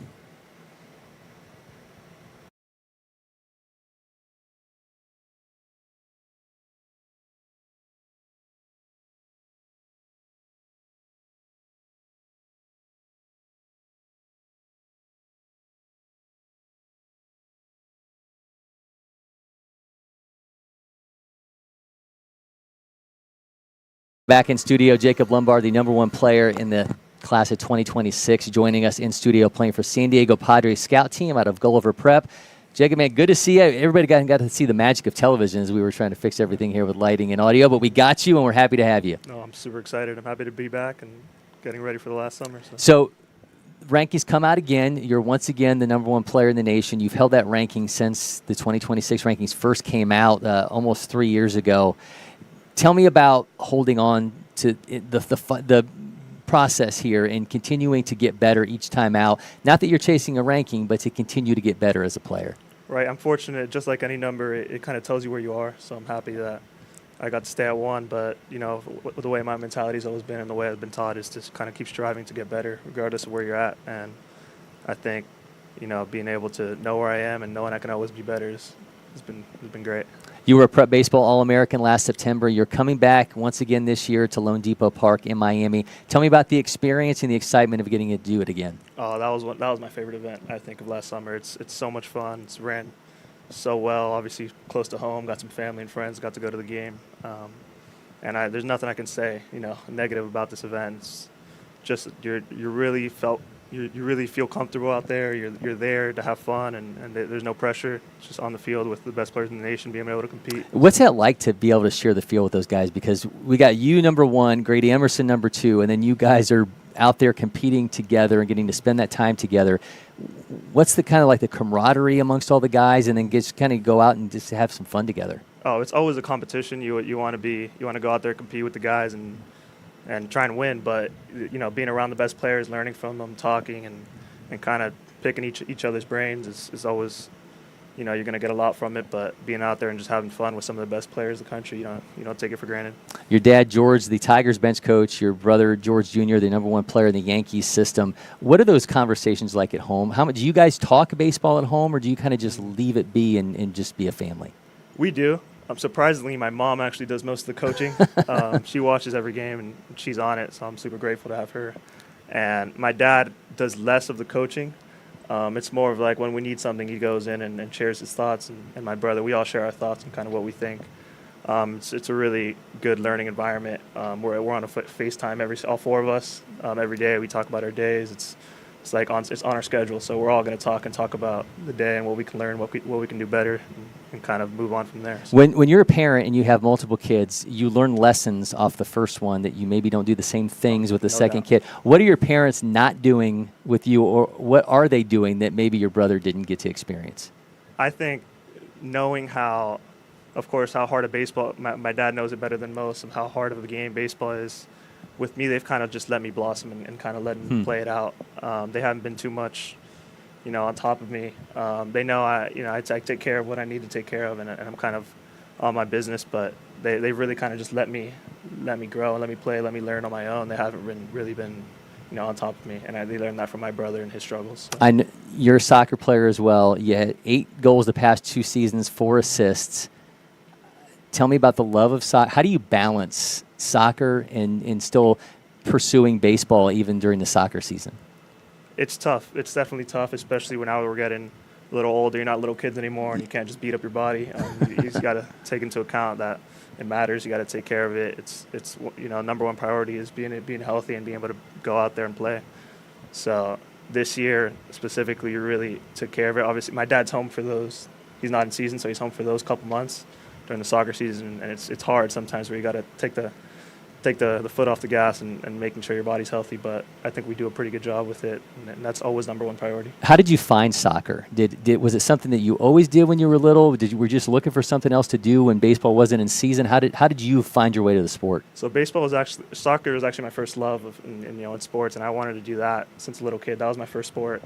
My mom played soccer in college, and my dad was, completely with it. He was, go be a soccer player. That's what you want to do. And then baseball came on later on. I saw my brother getting recruited and doing these great things in baseball, and that made me kind of starting out, I kind of want to do that, So I transitioned later on, but soccer was the number one in the beginning. So who's your team, and then who's on your Mount Rushmore of soccer players? Ooh, that's a tough. I might get some heat for that with the soccer team, but my team right now, I just love watching Lamine Yamal play. Okay. So it's Barcelona.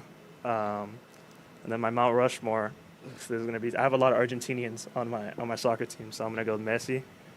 I'll put Maradona on there. There you go. Ronaldo has to be on there, of course, and I'll put Pelé as the last one. Okay, nice. Know your game, man. You're pronouncing things correctly, which is that's the big player there. So up the top there, we've got Kane Southwest National against USA Prime / Aces National. A bunch of guys that you are all too familiar with. A number of prep baseball All-Americans in that one as well. Gio Rojas on the mound for USA Prime. Have you faced Gio in game before? I have not. I'm really looking forward to it. Hopefully I can face him, this summer sometime. But I've actually had some good conversations with him, and we go at it every now and then, talking about baseball. And he's my South Florida guy, so he's a dog.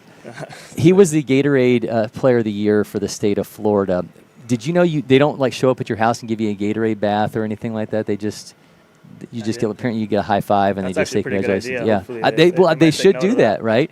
Yeah, you should that should be your favorite flavor, and they should show up at your house. Keon Johnson was Georgia's, so we got a couple on our team. Yeah, you do. Yep. So they should show up at your house. They should dump the Gatorade on you, and they should have the whole celebration. Otherwise, what's the point? Absolutely, it's a good idea. So soccer into baseball.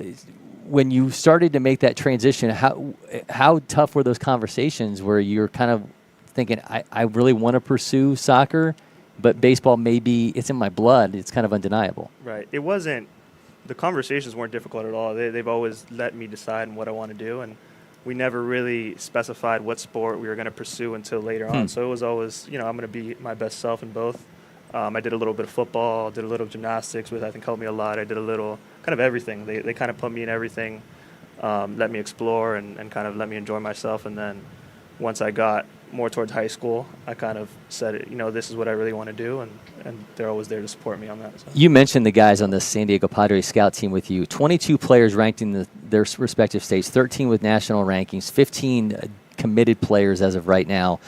There's almost like this, I have a younger son, and he watches you guys on YouTube videos. There's almost like this rock star atmosphere that surrounds you guys. You've had Drake at games before. What's it like in the inside of that and still trying to like operate as he's like, we're here to play baseball and not kind of just get caught up in all the pomp and circumstances sometimes follows you guys? It's a lot. It's definitely, there's always going to be a target on our backs. You know, we're super fortunate to have all the resources that we do. And this year specifically, we've kind of narrowed down our focus and what we want to do. We talk about it amongst the team, and we're like, we want to play championship baseball and leave a positive impact. And I think this year we're really going to try and aim towards those two goals. And, you know, I think everything will come along, you know, with all the positives will come along with doing those two things. Do you get caught up in like a Drake being there? I mean, is there like a buzz in the dugout with like Drake's here? It's definitely a cool feeling. It's what comes with wearing this uniform, and we're all with it. So we're all super fortunate. So you obviously learn a lot from your brother. You learn a lot from your dad. When you've got like Cameron Mabin coaching you this year, you guys have Matt Kemp showing up. Do you pick their brains about things and have different conversations with them than maybe you have with your dad and brother? For sure. That's one of the biggest,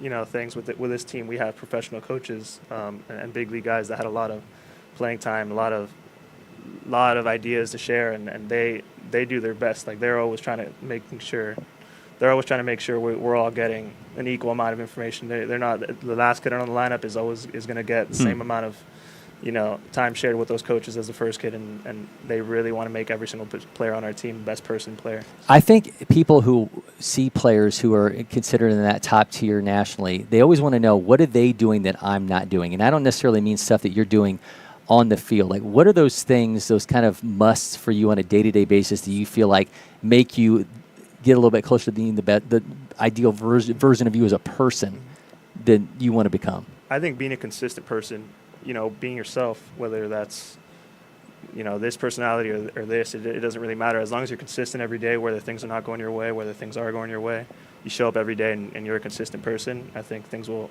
kind of all fall into place when you're a consistent person. So. Are you doing anything specifically recovery-wise, stuff with mental training? Are those pieces of the puzzle for you? Of course. I think always, you know, everything when it comes to mobility and stretching and kind of all those things are all good. They're all going to help you. They're only positive. So I think building a routine in each of those aspects, whether it's you have your movement, mobility work, you have your ground balls, you have your hitting, you have your lifting, your speed, building a routine in each one and just staying consistent is that's where you're going to get the most out of it. Absolutely fantastic stuff. And make sure you hit Jacob Lombard up on social media and let him know that he got it wrong on his soccer Mount Rushmore. Jacob, man, appreciate it. Best of luck all weekend long, man. Appreciate you joining us. We'll be back with more. You're watching the MPI Watch Party. Thank you.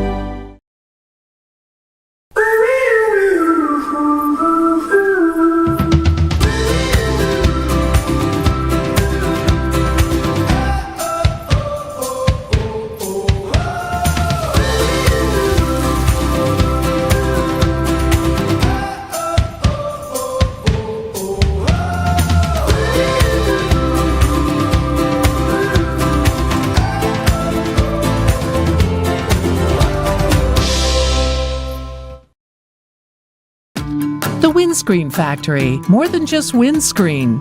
We're a full-service sports facility contractor. We manufacture windscreen for sports and construction, do fence repair and installation, and fabricate field netting and batting cages. In addition to manufacturing the products, we also install upon request. We make safety padding for backstops, rails, and walls, as well as full-service print shop with logo, branding, and signage capabilities. Please call us for a quote today. We good? All right. Here we go. 3, 2, 1. We are back here in studio on Magic of Television. We have got Keon Johnson, the #1 ranked player in Georgia in the class of 2026 out of First Presbyterian Day, joining us, of course, playing for San Diego Padres scout team. Keon, man, good to see you. Congratulations, by the way, Georgia Gatorade Player of the Year. Yes, sir. #1, again, good to see you, and tell me the reaction when you heard that news. I was just stoked. I mean, somebody had to tell me. I'll throw a name out there. Caden Borcherding, shout out Nice. to you. He had to tell me. So when I found out, it was crazy. I called my mom, called my high school coach, and we kind of just, went about our day. So it was good. So on screen right now, we've got 2 Gatorade State Player of the Years because you got Gio Rojas pitching for USA Prime. Aces National on the bottom left was Florida's representative, and you, of course, Georgia's representative. I mentioned this to Jacob Lombard. Gio and I were talking at the cages before the game. There's no Gatorade bath. They don't do, I told Jacob they should show up at your house. What's your favorite Gatorade flavor? Probably, I'm more of the blue, the red. I'm a big fruit punch guy, so I think fruit punch probably is my favorite. So they should show up, knock on your door like it's Publishers Clearinghouse, and they should have the Gatorade vat full of your favorite flavor, and they should dump it on you, and that should be the celebration to let you know that you're the Gatorade Player of the Year. That would be very, very fun, I will say. That would be very, very fun. But you should at least get a year supply, or there should be. You'll get a banner at First Presbyterian Day School. Obviously, they'll have the banner flying there, and you'll be in the running for the National Player of the Year, which is awesome as well. But there's got to be some free drinks involved in this thing. We'll see. So you were here last summer. It ended for you at the Future Games. You end up with the Vanderbilt commitment after that. Tell me how much of a roller coaster last summer was, and ultimately that ending with you being a future Commodore. Well, I will say I didn't have the hottest start to the summer, so it was more of a mental kind of refocus as to me going back to why I was this good in the first place. I felt like I was mentally stressed out with my, performance. I was kind of worried that nobody was going to, still be looking at the Keon they once knew in the previous summer in 15U, because I had a long struggle in the 16U summer. I got with the Padres at the end of that summer. We were down in Sanford, Florida, for a tournament, and it clicked. And then I came here for PBR Futures, and they were like, all right, this is a new Keon. So it all kind of played out. I had to thank my Lord and Savior Jesus Christ, and then I had to keep my faith in God, and it all happened how it needed to happen. Anyone who would just hear you say that would think that you were borderline crazy to think that people would look at you struggling through a time period and not think that you're still the same player. So you're even dealing with those same mental hurdles as any other player who takes the field. How do you, when there's expectations around you, how do you get over those?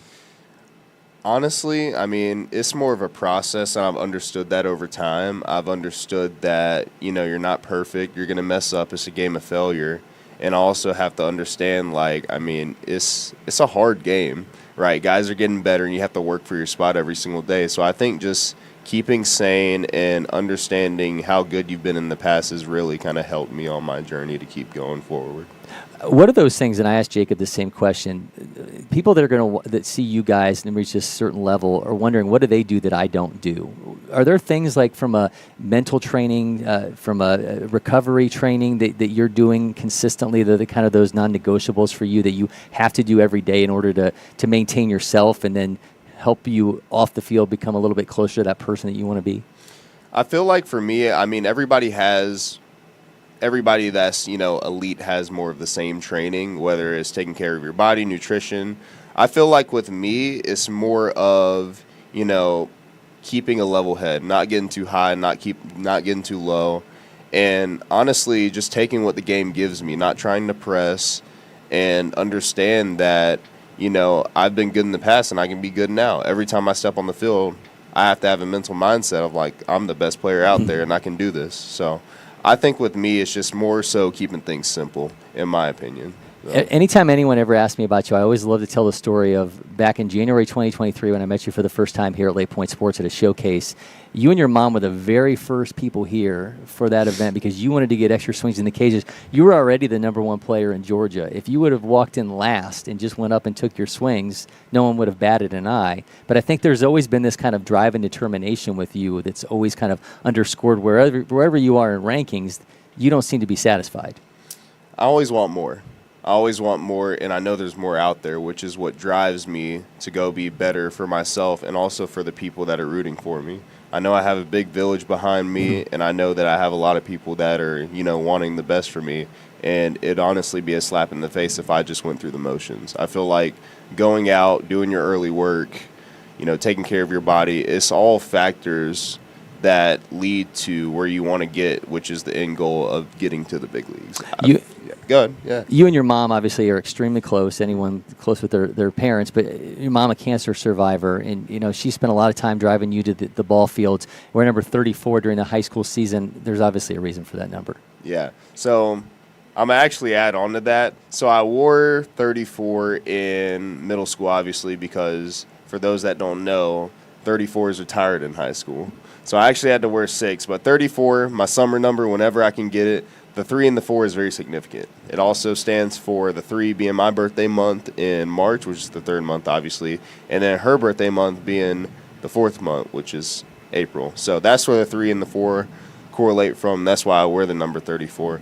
But, she's been awesome. She's been there every step of the way, and I couldn't have asked for a better mom. Tell me about the work that you've done off the field. I know you've done stuff with the Boys and Girls Club. Why is it important for you to give back? I know where I come from. I know that, being raised by a single mom, it's not easy for her, and it's a lot different when you don't have, I don't want to get emotional by this, but it's a lot different when you don't have your father in the household. It's more so on my part to kind of figure my way around, and it's big that I can give back because I know that whether it's growing up in life or baseball, I know I needed help at one point too. And those kids, obviously, they have more of a need than I do. So I think that, giving back to them and understanding that you were once a kid in their shoes is very big for them too. When you had your conversation with Tim Corridon about the Vanderbilt commitment, I know he's big on the player, on the person as much as the player. How much did those conversations come into play with him about what you do off the field, how you carry yourself and conduct yourself off the field? I'm glad you asked that because in our almost hour-long conversation, we didn't talk not one thing about baseball. It was all about life, how you treat your parents, character, and Coach Corbin's big on that, whether it's me getting an experience in the classroom with the guys. They don't even talk about baseball in their classroom. Vanderbilt has a classroom where they go over, their life skills, how they, want to go about how they do things. But I think that with Coach Corbin, that was huge for me in picking my school or whatever, because I wanted somebody who I could also look at as a father figure and somebody that I could learn from outside of baseball, and that was huge for me. When you enter the season, the summer with the San Diego Padres scout team, there's like an aura with this team now. You got Cameron Mabin coaching you guys. Matt Kemp's hanging out here. Drake's been at their games before. Yeah. What's it like inside of it to kind of operate with these guys and know, one, the level of talent that you're around, but the expectations that come with this crew? It's definitely surreal. A lot of people would like to be in my shoes, and a lot of people would like to be in some of the other guys' shoes that are on the team. It's just big that I can be around all this knowledge so I can obviously grow in my game, not only as a player but as a person. I think it's important that I'm around guys who have already been in my shoes, already have gone to the highest level to where I can get some gems from them and learn from them as well. It obviously keeps you humble. I mean, to be around guys that, one day Jacob Lombard may be out there just killing it. Maybe you're not feeling it that day, and there's so many guys of elevated stature around you. Does that help as well to kind of be pressed by these other guys? They always say, iron sharpens iron. You're seeing that every time with these guys. That's what teammates are for. They're there for you when you don't have it that day. Jacob, for example, he's my guy. Me and him in the middle, it's a sight to see. I will tell you that much. But no, that's why they're there. That they're there to pick you up when you're down, and even when you're high and they're low, you're there for the same reason too. So. Well, he is Keon Johnson, and you'll see him in action tomorrow in our MPI watch party. We'll have the San Diego Padres scout team in action. Keon, man, thank you so much for stopping by. Always great to see you, man. Great stuff. We're going to take a quick break here in studio. We will be back with more from our MPI watch party.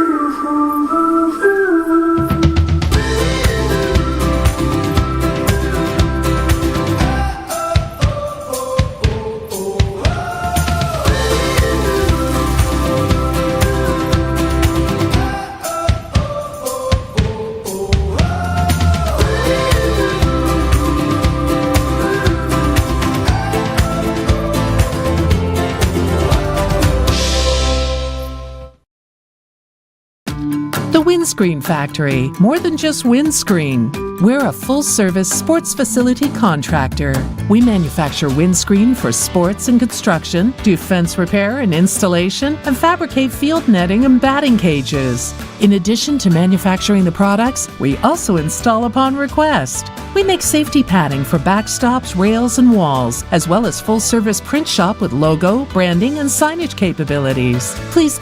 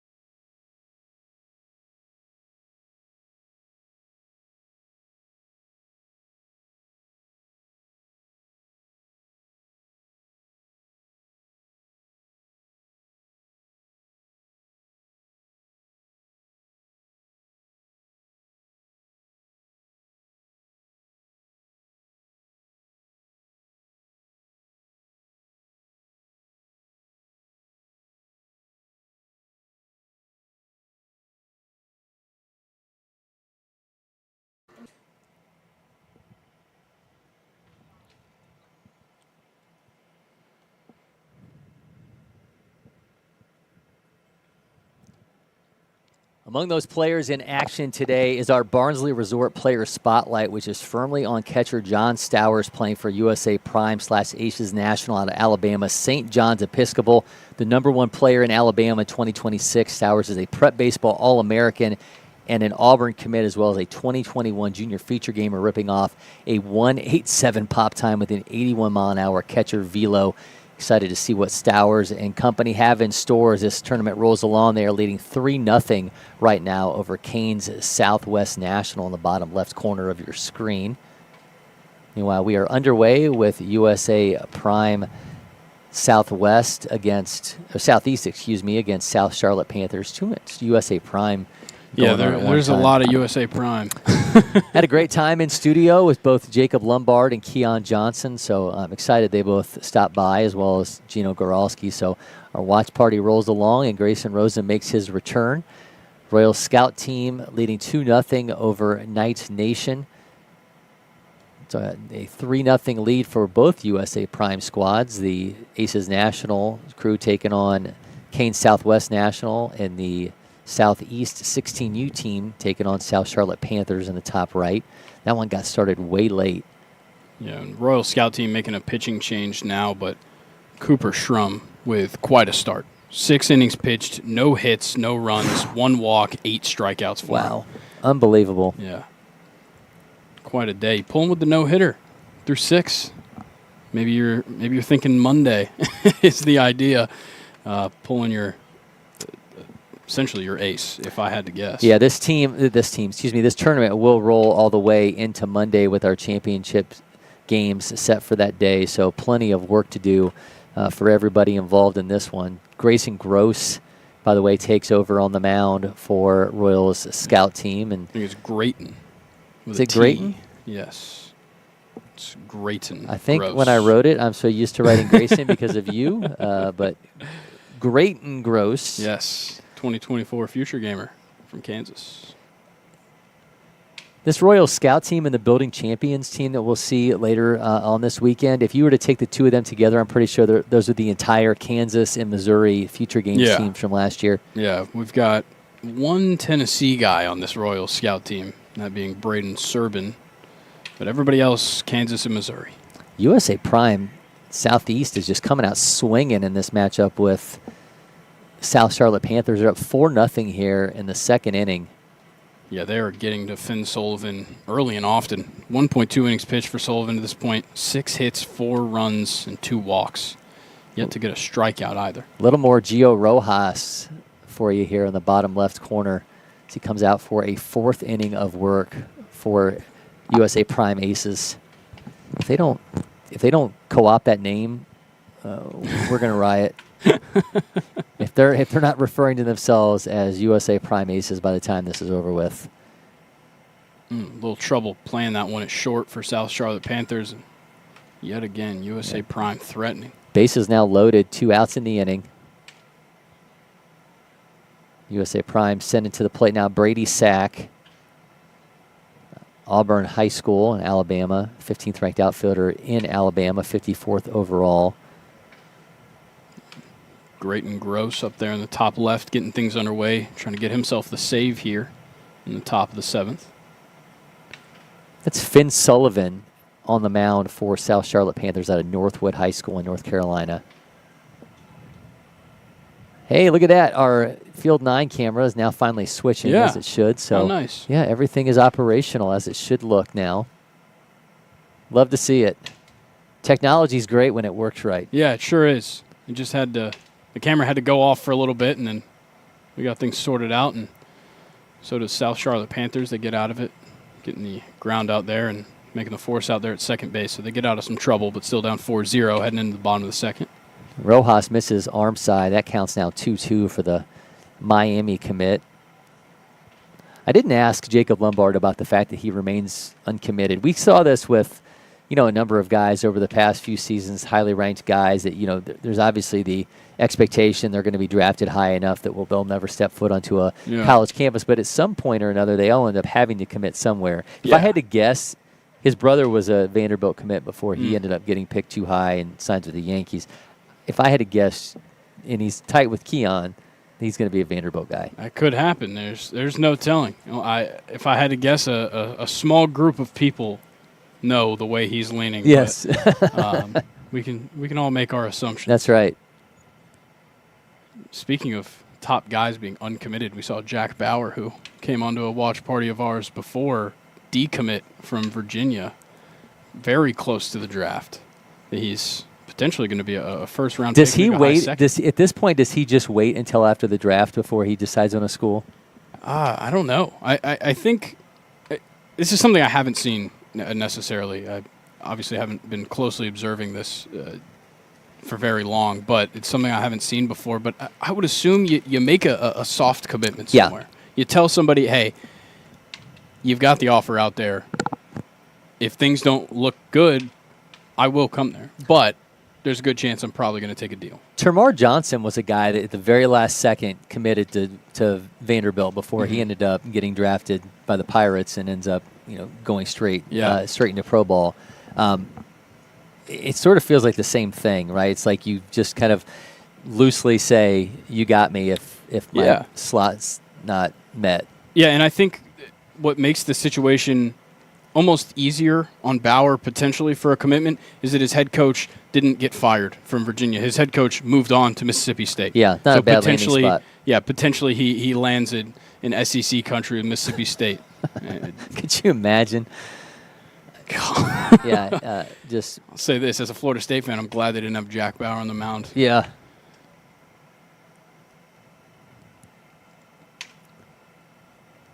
Going out to have a conversation, John Stowers and Gio Rojas. USA Prime Aces leading 3-0 in that one. USA Prime Southeast up 4-0 over South Charlotte Panthers. Royal Scout team has a 2-0 lead with no outs in the top of the 7th inning. Nice Nation trying to fight their way back in this one. So you've looked through the rosters. I've looked through the rosters. Besides who we're seeing today, who are you really pumped to see in this event? I mean, it's always cool to see Keon playing just because we don't get to see too much of him. I think a lot of that, a lot of the Georgia guys, we get some chance to see him. Maybe it's Battle for Bartow. Maybe it's Georgia Dugout Club. But with him playing in GIAA, we just don't see him. So it's always kind of alluring to see, the top guy in the state. He's just different. I mean, even sitting in here with him, just the way he even handles himself is just so different than most guys getting ready to enter their senior year of high school. Yeah, I think if there's a team to look for, it's that team. It's that San Diego Padres scout team because they hit all the notes. They've got the big names. They've got the number one in the nation. They've got the number one here locally in the state. And then you hit a bunch of different spots as well. Yu Darvish's son on that team as well. It's mind-boggling the talent on that squad. I feel like USA Prime Aces and them are probably the most stacked rosters that we have here. That NBA scout team with Brady Harris is really good as well. I'm excited to see Brady. Going to catch up with him this weekend for in the Spotlight interview that we'll have on our socials coming to you next week. He was at Prep Baseball All-American in September as well, so I'm excited to see him in action. But I think you said it. I mean, this San Diego Padres scout team just has every box is checked by this group. And there's another guy in this South Charlotte Panthers game that I was really pumped to go see as well. And that's one of the top 2027s in the nation, and Jacob Seaman out of Metrolina Christian, North Carolina. He's the number 6 player in the nation in 2027, so we will get a good look at him as this game rolls along as well. But it's just the guys, they're everywhere. I mean, you look at these rosters, and it's just, I always put together notes for each one of our games, and I was showing Lexi Bowden this pregame, the amount of notes that I put together for one of these games. To have to do this across 9 different games that we have across these days. It's pretty crazy. And because each one of these teams, like every one of the guys is like, almost every one of these players is ranked. Almost every one of them has, national rankings. Almost every one of them carries a Power 4 commitment. And if they're not they're probably going to very soon. So exactly, yeah, it was a lot, and it's unlike anything else that we have here. Again, you go back to future games, none of those guys carry those commitments till after the event's over with. So that's what makes this so different and so special. Is these guys are firmly entrenched, a lot of these players, in who they are in the national landscape. It's all about setting the stage for next summer and the draft for those 2027 sixes. And the 27s, the ones that aren't committed, they're getting ready to commit this summer. I mean, they're here to show their wares to college coaches with the intent that by August 1st, they're going to get snatched up. Yeah, and talking about things we want to see right now, I think we're both seeing the same thing there. Who's warming up on the mound right now for USA Prime Aces? Because nobody else is going to be built like that. We got a glare on the camera down there, so I'm almost like having to move around. We had the door closed here in studio when we had all of our interviewers in because they all had white jerseys on, and it was messing with our lighting. I'll give you a hint. Coleman Borthwick is warming up right now. Okay, well, Coleman Borthwick is ready to put on a show. I hats off and prayers to all the guys in the Canes Southwest National lineup as they get to deal with this flamethrower. And we've seen nothing but heat in this game. South Walton High School, we already saw Borthwick play third and be at the plate, but he's up to 95 with the fastball. He's got a changeup around 83 to 88, curveball 80, 83, and a slider 79 to 81. There may not be a better two-way. Yeah, it's always amazing to be like, yeah, he can do all that, and also he's arguably better at hitting, and he's arguably better at playing third base. Like, that's the amazing part about such just an athletic player like Coleman. Well, we talk about guys who are exciting two ways, and A.J. Rice out of Pickens High School, an Auburn commit who became an Auburn commit after last year's feature games. He caught up with Lexi Bowden, and here is her conversation with A.J. Rice. Hey guys, here with A.J. Rice, the right-handed pitcher for the Georgia Jackets, who are gearing up for their first game of the weekend here at the National Program Invitational. And this Invitational showcases so much of the top talent across the country. What was your mindset going into this weekend? Just going to come out, compete, do our best. Obviously playing a lot of good competition. Just come out, showcase our abilities, and win as many games as we can, go as far as we can. And you're expecting to pitch in relief in tomorrow's game. What kind of goes into the prep for getting yourself and your body ready for an outing? Make sure you're eating healthy, not a lot of fried food, stay away from that. Drink lots of water, it's going to be hot, doing everything you can to put yourself in the best opportunity to do as good as you can for your team. So I'm guessing you won't be hitting the concession stands here. I will not. But you're no stranger to LakePoint. You were here at the Future Games last year. What was that like, showcasing your skills? It was a lot of fun. Got to start in I believe it was a Saturday night game late against Team Florida, so that was a lot of fun. Big game, a lot of people. It's a great game. Loved being around it. Great atmosphere. And shortly after that, you announced your commitment to Auburn. What went into that decision? I love the people over there. Great atmosphere. Real family-oriented, like it is over at Pickens. Love the coaching staff, all the people. Talk to some of the players. Just felt like the right fit.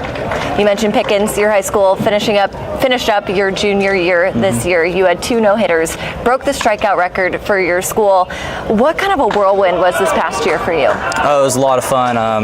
Coach Williams over there, he's great. Amazing culture over there. Couldn't ask for a better high school coach, better atmosphere and community. Love the players. It's family over there. It's a great place to be. What's next for you as you set your sights on your senior year? We're going to go out and try and win a state championship. We felt like we should have got it done this year, didn't. Coming back and going to try and get it done this year. You utilize a 4-pitch mix. Your fastball hits about 93 miles per hour. What other work are you going to be putting in as you finish up your high school career? I've been working on a changeup. I feel like that'll be a big pitch for me. Try to get something going arm side, and I feel like that'll be my next big pitch, hopefully. Awesome. Well, great chatting with you, AJ, and best of luck in Game 1 and the rest of this weekend. We'll have so much more coming from the National Program Invitational.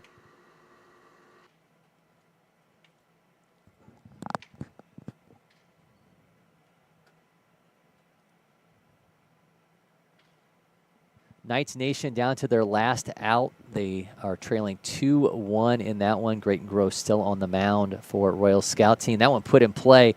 Third baseman, has it, throws on the run, and that's going to bring an end to that one. Royal Scout Team hold on, win 2-1 over Knights Nation.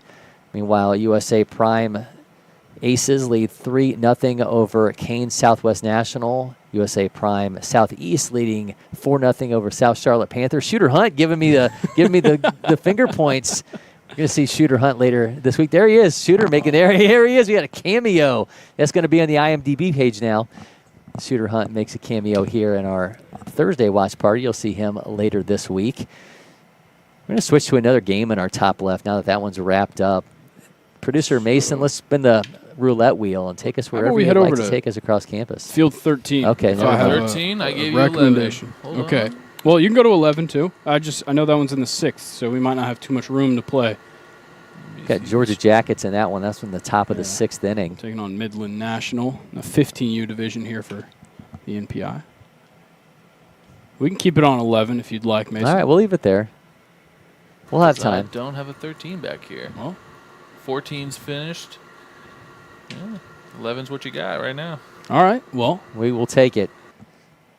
Midland leading 4-0 over the Georgia Jackets. I do like these all-blue Georgia Jackets jerseys. Yeah, we I saw love Gino Goralski in here with the white on. But I do like the all-blue. And I'm sure we'll see some combinations of those with the white pants that Gino had on.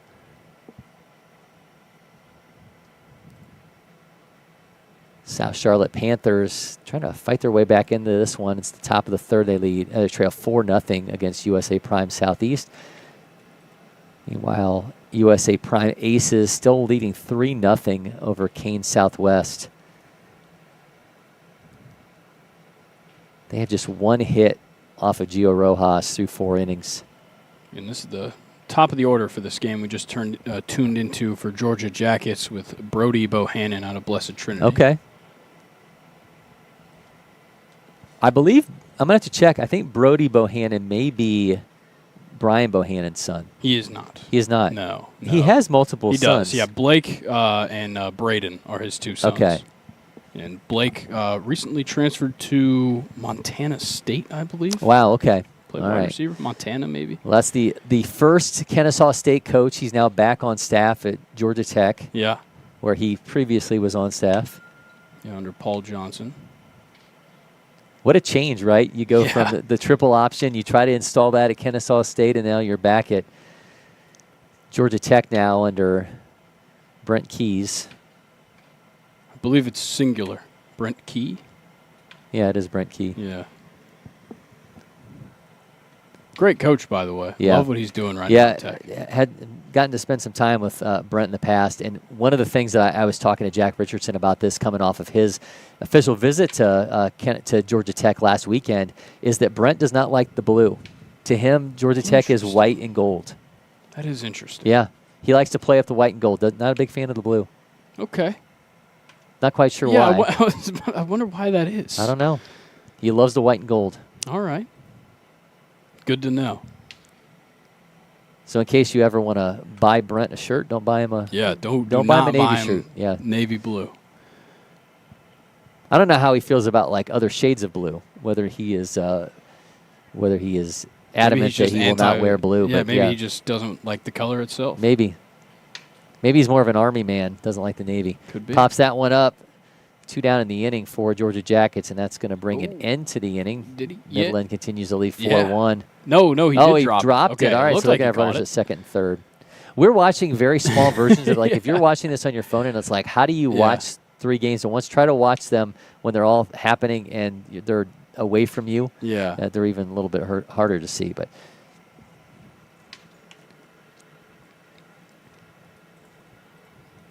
See if we can't find out who's pitching for Midland National right now. That's going to be Johnson, Graham Johnson, Page High School in Tennessee.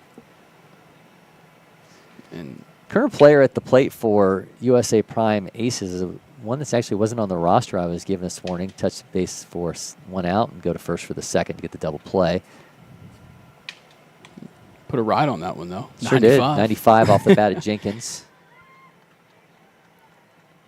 Yeah, Graham Johnson, the pitcher on the mound right now for Midland National, up there in the top left. USA Prime Aces still leading 3-0 in that one as it's rolling along. Midland Redskins up. They still call them Midland Redskins? No, this is just Midland National. Midland National now. It was the Midland Redskins when I was younger. Yeah. 4-1 over Georgia Jackets. USA Prime Southeast still up 4-0 against South Charlotte Panthers. And at the plate for Georgia Jackets is Charles Servilas from Dunwoody High School. Borthwick's going to lead things off for USA Prime Aces. Top of the 5th inning. They've out-hit Kane Southwest 4-1. It's confusing when you have Borthwick's up on the mound now. Yeah. But exciting to see a full inning of work this time around. He's going to face Castleberry, who will be the leadoff hitter for Kane Southwest.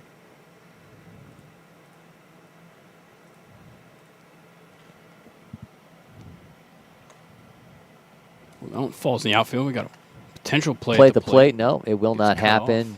Georgia Jackets eat into that Midland lead. It's now 4-2. Who just scored for Georgia Jackets? Because that guy's a giant. I'll start looking at rosters here because that guy jumps off the page.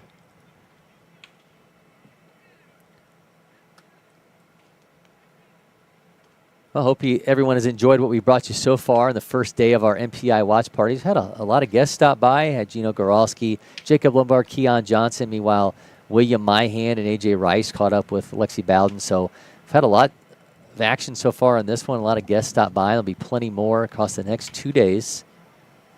Saturday feels like it's going to be prep baseball scout heavy. Yeah. They're going to get a look of everybody they want to see today and tomorrow. Scheduled to have Shooter Hunt, Sean Duncan, and likely Hudson Graham stopping by here locally at Prep Baseball Georgia, all on Saturday. Yeah, a player that I believe we got confirmation from him during this broadcast that will be here Saturday, Rocco Maniscalco from Nice. Excel Blue Okay, Wave. very nice. Rocco, the #1 player in Alabama. So I've been trying to line something up with Rocco for a while. I'm glad we're going to get him here in studio on Saturday. Had him mic'd up last summer. We sure did, yep. He was great. So excited to have Rocco enter the fold. It's like Midland National got out of that inning, but not without surrendering some runs there. So going to have an interesting finish here. Midland with a 1-run lead heading into the bottom of the 6th. 3-0 count here for Borthwick. That one's put in play. Third baseman has it, gathers, throws on the run, and that's going to be out #1. So Maddie Bullock and Lexi Bowden coming back, so I think maybe they've got another one for us coming down the pipe. USA Prime Aces defense kind of tightened things up for sure as things keep rolling, trying to keep this game scoreless.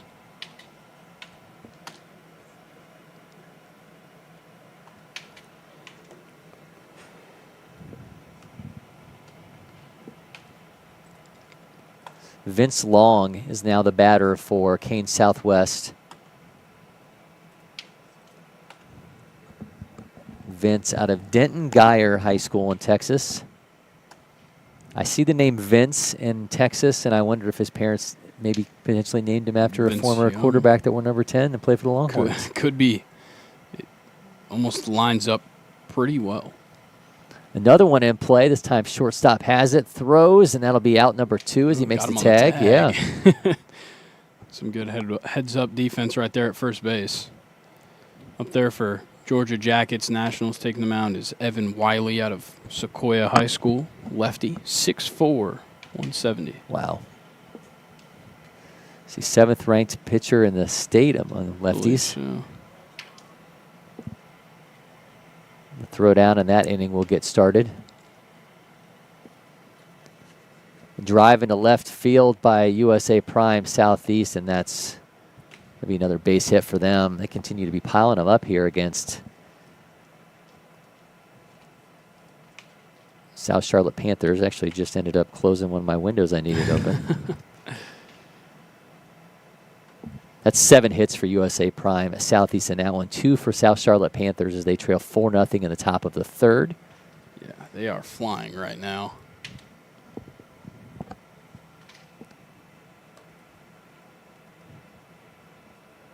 Borthwick now facing off against Tinney. That's Jamison Tinney, another out of Denton Geyer player. 50th ranked shortstop in Texas, 221 overall in the class. Borthwick's got a 3-0 count on Tinney. That's down the middle for a strike at 92.8 out of his hands. talking pregame to Borthwick, Gio Rojas, and Trevor Condon.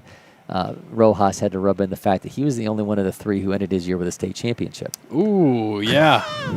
I know Trevor came relatively close, but South Walton, yeah. Borthwick and South Walton had a 21-game winning streak end in the state finals. Wow, that's tough to see for sure. Yeah, two highly touted schools, Etowah with Condon and South Walton with Borthwick, but that Stoneman Douglas team that Rojas plays for, unreal. An absolute machine. I'm going to be really interested. I didn't ask him about this today. I want to talk to him about it tomorrow in person. But what's it like being at a school where a state title isn't just something you hope that you guys make a run for, but it's an expectation? Yeah. I mean, it becomes like a way of life for them now. That's got to be tough. This might be the first time in my years here at LakePoint that I've ever seen a pitcher with a knee brace in action, but we are seeing that now for Kane's Southwest National. This is insane. So those three that we just mentioned in the Power 25, the National Top 50, you have Stoneman Douglas finished 12th on the season. South Walton, or was that the last update? That was the last update, yeah. So 12th for Stoneman Douglas, 11th for South Walton, and 2nd for Etowah. Wow, and then look at number 5, Trinity Christian. Yeah. That's Brady Harris and company, who we have a number of them here. Yeah, and I'm sure IMG Academy is well represented as well this Yep. weekend.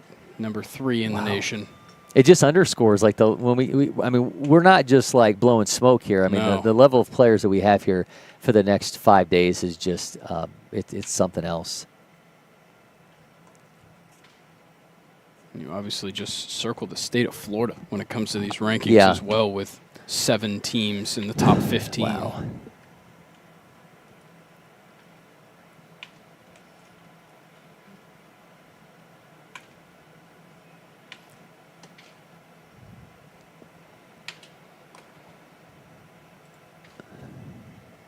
Getting a beat on this new pitcher for Kane Southwest is Cameron Kern. Kern, Clear Falls High School in Texas. He's the 62nd ranked right-handed pitcher in the state, 248 overall. Up there on field 10 for South Charlotte Panthers. They started with Finn Sullivan. Now they've moved to Oliver Van Time. And things not necessarily going his way through 0.2 innings, just 3 walks. Hasn't allowed a hit or a run, but certainly finds himself in a tough spot here. Yeah, Oliver Van Time, who steps in as the #1 ranked right-handed pitcher in North Carolina. He's 8th overall in 2027. He's 42nd at the position nationally out of Orange High School in North Carolina.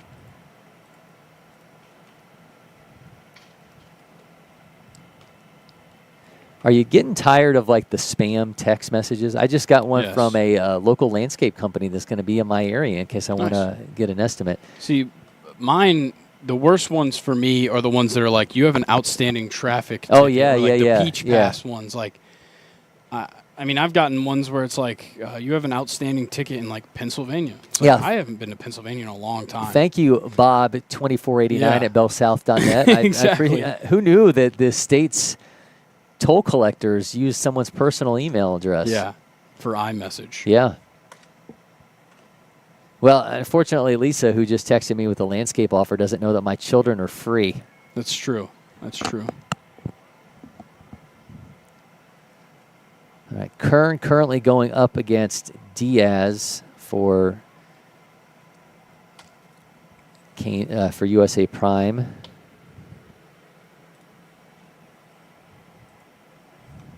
I don't have a 30 there, Diaz, and I'll flip to the top of the order, though. And we do have this guy, Trevor Condon, who makes his trademark hop, skip, and jump into the box. Led things off with a 103.3 double to start our day.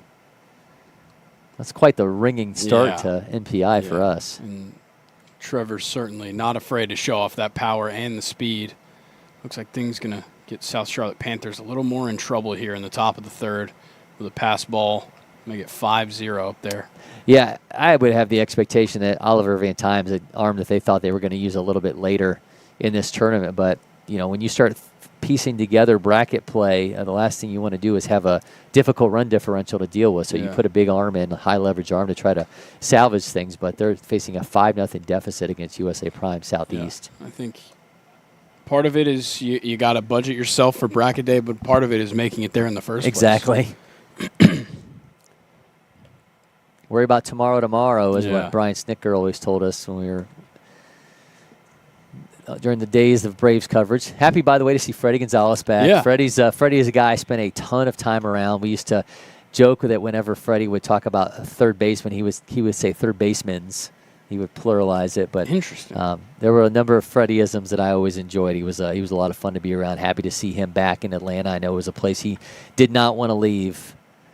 Certainly, his exit followed a heyday for Braves baseball. He sort of has to feel like he came back there 10 games back. He's like, nothing's changed. Yeah, it's he's pretty used to this situation he's walked into. But he used to say, good for him, good for us. But I always enjoyed my time with Freddie, so happy to see him back in Atlanta. Yeah, I'm not going to get started on the Braves situation right now. My opinions are a little too strong. 2-1 count here to Condon. Ropes that 94.7 off the bat. That one's into right field. Condon's got another hit. And USA Prime Aces will now have him at first and second with no outs here in the fifth. Great inning up there in the top left for this game we tuned into late here between Georgia Jackets and Midland National. Evan Wiley, a stellar inning. He came in relief after one inning from Halcomb that just didn't look quite right, and then he's gone 5 innings thus far, only allowing 1 hit, no runs, 1 walk, and has 5 strikeouts. We might have stumbled upon a fantastic relief appearance here for Evan Wiley. And they're going to get their chance here to tie it up or maybe take the lead in the top of the 7th, so a big inning for Georgia Jackets. Big Coleman Borthwick steps in with runners at first and second. Already a 3-0 lead for his USA Prime Aces team. Condon 2 for 3, by the way. Both hits 94.7, 103.3. And Borthwick looks like he got taller since the last time we saw him in the batter's box. That just has to be such an intimidating look.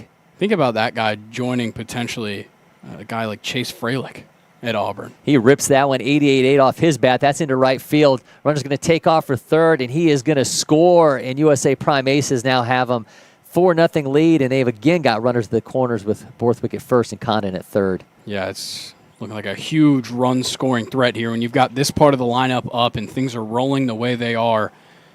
Great piece of hitting right there by Borthwick to be patient, put that opposite field. In comes John Stowers with runners at the corners. Stowers, another guy on his way to Auburn.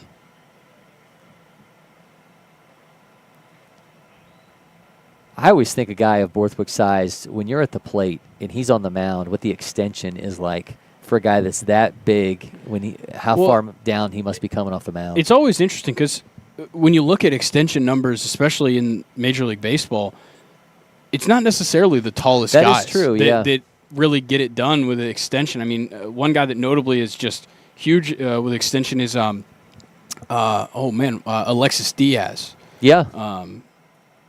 Perennially a 90th percentile extension pitcher, and the biggest thing is, sure, the fastball velo might max out at 92, but it looks like 98. It looks like 97 coming in when you extend it that far down the mound. You remember Zach Eflin was always a really big extension guy. Guys that you don't necessarily think about. Zach Wheeler, maybe some more Zachs.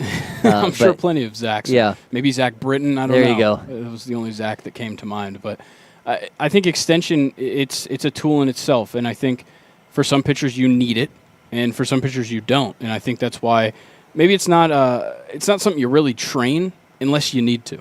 So Jordan Walden, if you remember back in the day when the Braves made the deal for Jason Hayward to the Cardinals, Jordan Walden was the guy that they got in return. Yeah. And he would like jump. Yeah. He would, yeah. And we talked to him about how he said he had to fight for a long time because they would consider it, if he had a runner on, they would consider it a balk.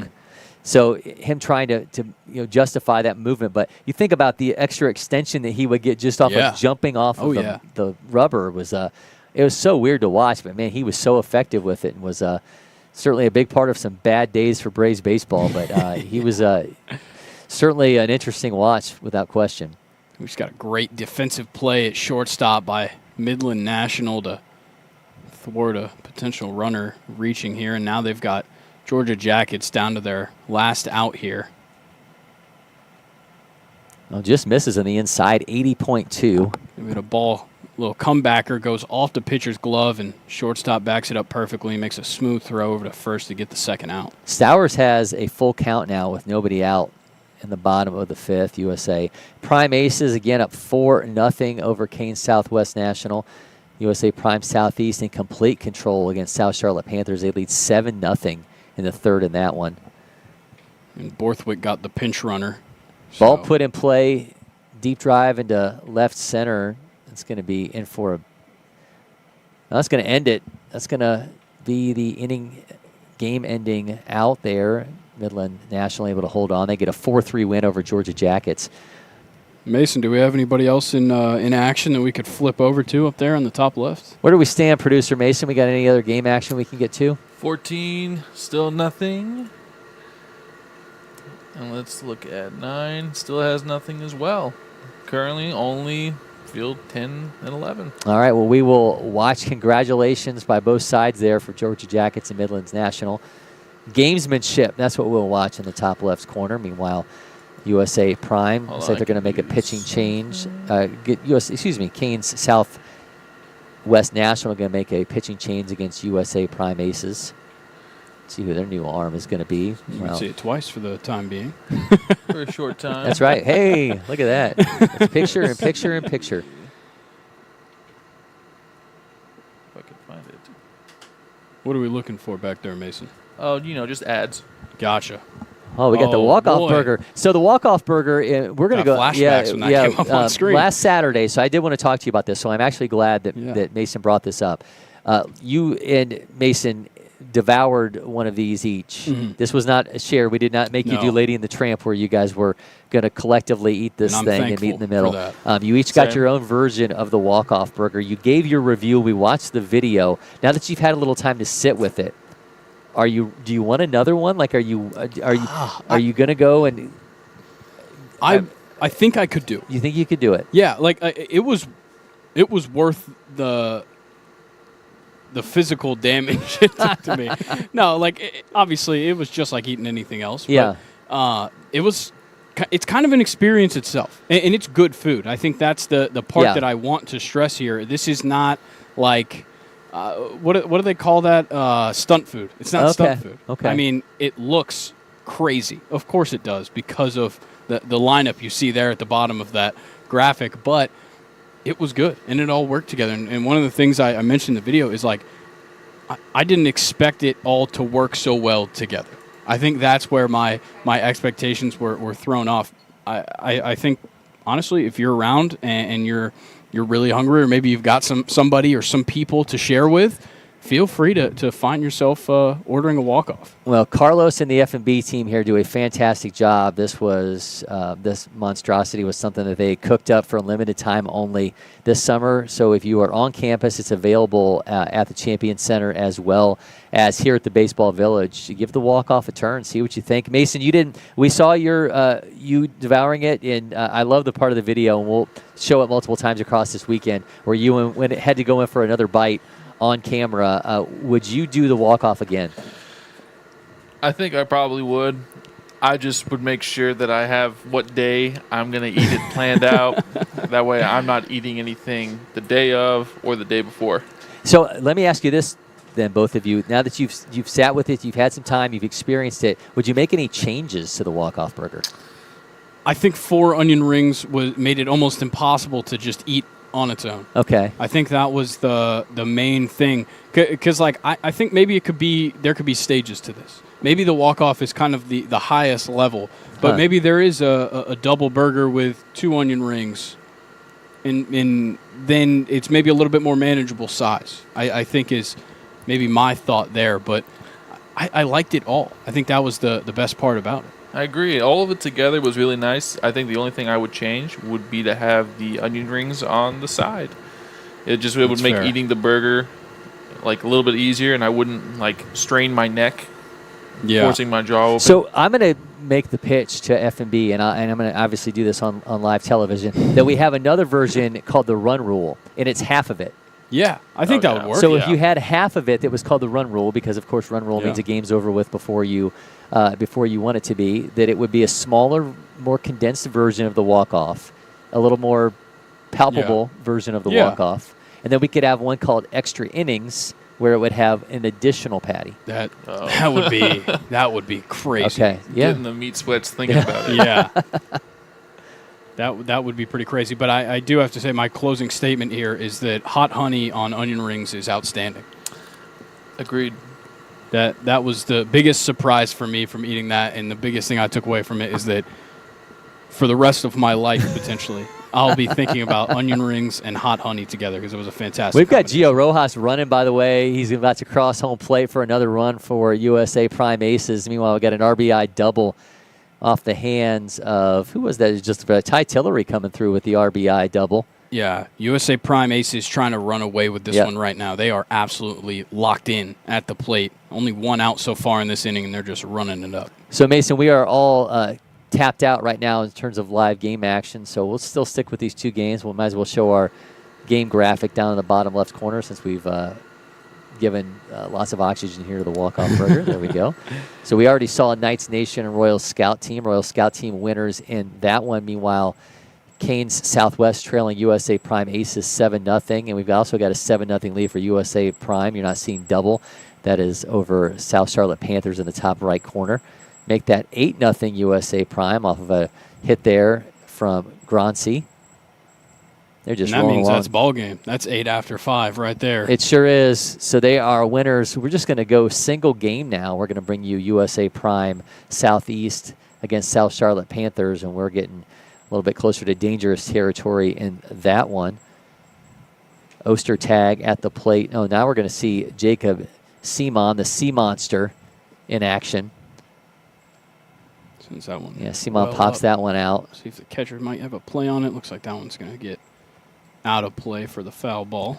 Again, out of Metrolina Christian, North Carolina, outfielder, shortstop, 6'4", 185-pounder, bats left, throws right. He's the top-ranked outfielder in North Carolina, number 2 overall at the position. He's the number 3 outfielder in the nation, number 6 overall. Got Shooter Hunt in the background watching the Sea Monster in action. He's got an 0-1 count. Dubose on the mound for USA Prime. Dylan Dubose, Tuscaloosa County High School, 10th ranked outfielder in Alabama. Obviously seeing him on the mound now with his team up 7-0 in the third. We're going to need the last of our action for this one. Those first games just flew by, didn't they? Yeah. Definitely. And this one, I think, was delayed by an hour. It sure was. So they're running a little behind, but USA Prime trying to make quick work of it. Yeah, Metrolina Christian finished their season 7th in the state of North Carolina in the Power 25, a school that I feel like when we talk about South Charlotte Panthers and Charlotte Baseball Academy, a school that gets mentioned often. Yep.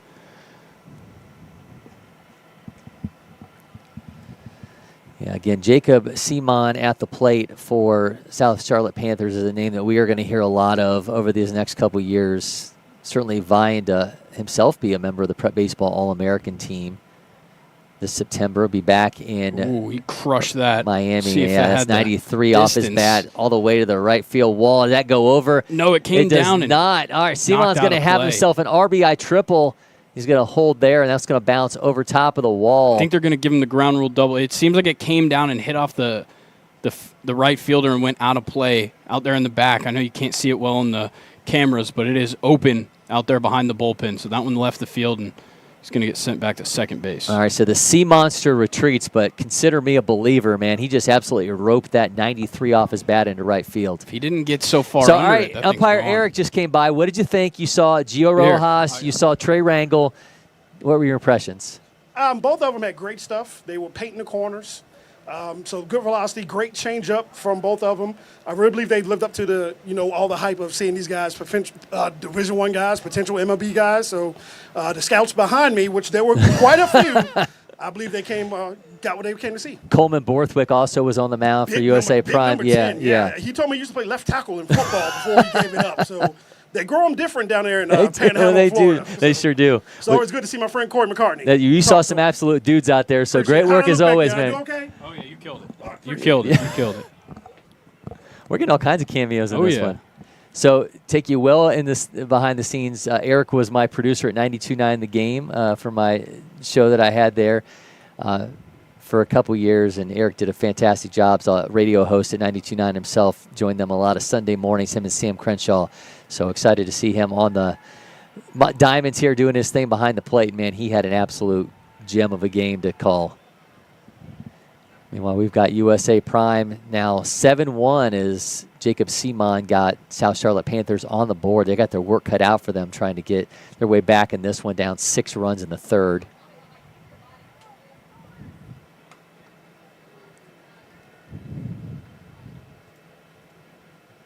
Wyatt Little's currently at the plate for South Charlotte Panthers, 4th-ranked catcher in North Carolina in 27. He's a 2022 junior future gamer. That one can get to be a bit JFGer. I think that's why they all say JFGer. That is why they say JFGer. But soon we'll say, how would we SFGer, senior future gamers? I think senior is somehow easier to say than junior, but I don't necessarily know why. But it feels like maybe any speech therapists that are watching or anyone connected to a speech therapist can help us out. Dylan Dubose gets the K there to get him out of the bottom of the third. All right, we are going to take a break here. We'll be back. You're watching the MPI Watch Party from LakePoint Sports.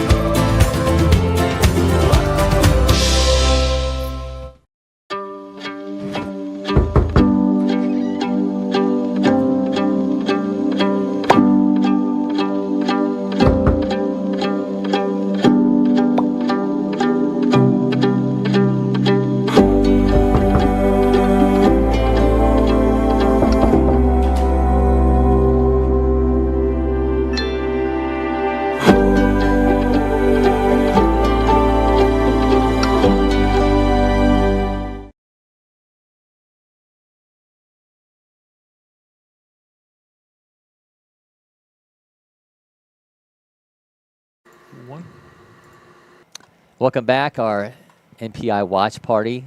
We got double ourselves here. We're still up on the screen there for USA Prime Southeast and South Charlotte Panthers. Oh, look at that. Making producer Mason step up. There he goes. All right. So Lexi Bowden caught up with the San Diego Padres scout team coach Cameron Mabin, a 10-year MLB vet. Spent most of that time. We actually spent 4 years with the Padres and 4 years with the Marlins. He coaches this team.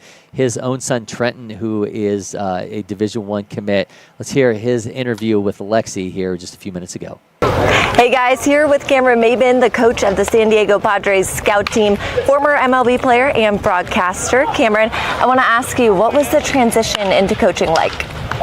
You know what? It was different. It was different because it came unexpected. When I first retired, a guy that's used to such a routine and being busy and having things to do, I kind of didn't know what was going to happen. So first came broadcasting, and then I had the opportunity to coach my son, and the Padres saw a viral video, and they asked me what would it take to kind of step in and kind of lead these young men, and it was kind of a no-brainer. When you think about my tenure with the Padres, it was the team that I played with the longest, had a lot of success with those guys, so it kind of made sense when I thought about it. You mentioned your son, Trenton. So much talent on this Padres scout team, but what is it like and the bond you have with your son to be able to coach him like that? You know what? It seems as he's got older, our bond has grown even stronger. I think that's just a part of him maturing and me growing as a father as well. But it's hard sometimes because you never want to be the coach that's coming down on your son more than anybody else. So there's a balance on, letting him know when he might have, did something that I know he can do better, and just understanding that you got to love him hard and then sometimes discipline him soft. So I think understanding that balance has helped us really grow together. And this year we're excited about, what the future may hold. Yeah, lots of exciting years ahead. And everyone wants to be the guy that hits the grand slam or pitches a complete game shutout. But for you, defense and base running were such big parts of your game. You had a 40 stolen base season in 2011. How have you instilled those parts of the game to your guys? Well, that's what we do here. I mean, this year we've had an opportunity to bring in Matt Kemp. We've had his nephew Josiah, who's a tremendous talent. But I think as myself and Matt, we always talk about the lessons that we learn, right? And it would be selfish if we didn't give it back, right? All the lessons that we learned, all the people that we came across, if we didn't pass that knowledge along, then what were we doing it for? So I think that's what makes it extremely special to do it, and I'm excited about passing knowledge on. And we have a hungry group of guys who want to learn, they want to listen, and they want to know what it takes to get better. So I think they're doing a good job of just taking everything with a grain of salt, understanding this is a very difficult game, a game of failure. But at the end of the day, go out and enjoy it, because you never know what might happen tomorrow. And I want to talk a little bit more about your career. No stranger to Georgia, as you played with the Braves in 2014. Just because we're here in Georgia right now, what's one memory that sticks out to you? Well, for me, this is going to sound funny, but at one point when I was a Brave, I don't know what magazine, what publication, but I literally tell all my friends I was once voted one of Atlanta's sexiest men. So I don't know what magazine made that publication, but I appreciate them, and I show everybody, listen, once Atlanta's sexiest, whatever you want to call them, I was in there. So okay, did you tell your son about that? I haven't told him, but he thinks he's the best looking Mabin, so I'll let him have it. He's a new and improved version, so it's okay. Oh my gosh, I bet he would get a kick out of that. Yeah. You mentioned you're a broadcaster too. You wear a lot of different hats. You've done a lot of work for Foul Territory, also for MLB Network. What has it been like to be on that side of the screen? It's cool. When you're playing, you get so caught up in the game and what's going on right around you, but now I have a chance to step back and be a fan. So it's funny when you go on this avenue, all of a sudden it's like, man, I wish I knew that when I was playing. So it's made me understand that I didn't know everything that I thought I knew when I was playing, but it's allowed me to realize there's still so much in the game that can be learned, and you see something every day that you don't see. It's a beautiful part of it, and it gives me opportunity to continue to stay connected to the game. So I think that's what I love about it most is once I retired, I didn't want to just be done with baseball. So Foul Territory, MLB Network, the Yankees Yes Network, I've had the opportunity to work for Marquee, so many different, amazing groups that allow me to continue to stay a part of the game, and that's what I love the most about it. That's absolutely amazing. Absolutely. You can tell you have a lot of passion for it. One more question as we tie it back to this weekend. What do you want people listening to this to take away one thing about your San Diego Padres scout team? Well, the biggest thing the last few years is at this level, I believe you see a lot of obnoxious baseball. You hear a lot of things coming from the dugouts that really have nothing to do with baseball. So for me, somebody's got to win, somebody has to lose. But regardless of what happens, I want people to, when they watch our team, they say that's a very classy group of baseball players. That group has a lot of high character. They're fun to watch. And I think for me, that'll say a lot about the character of these young men. So playing a game that they love, respecting your teammates, respecting the game, and respecting your opponents. That's what I want people to talk about when the game is over. I love that. Great mantra to live by. Absolutely. Well, thanks so much. Best of luck to you guys in Game 1 of this weekend. We're going to have much more coming from the National Program Invitational.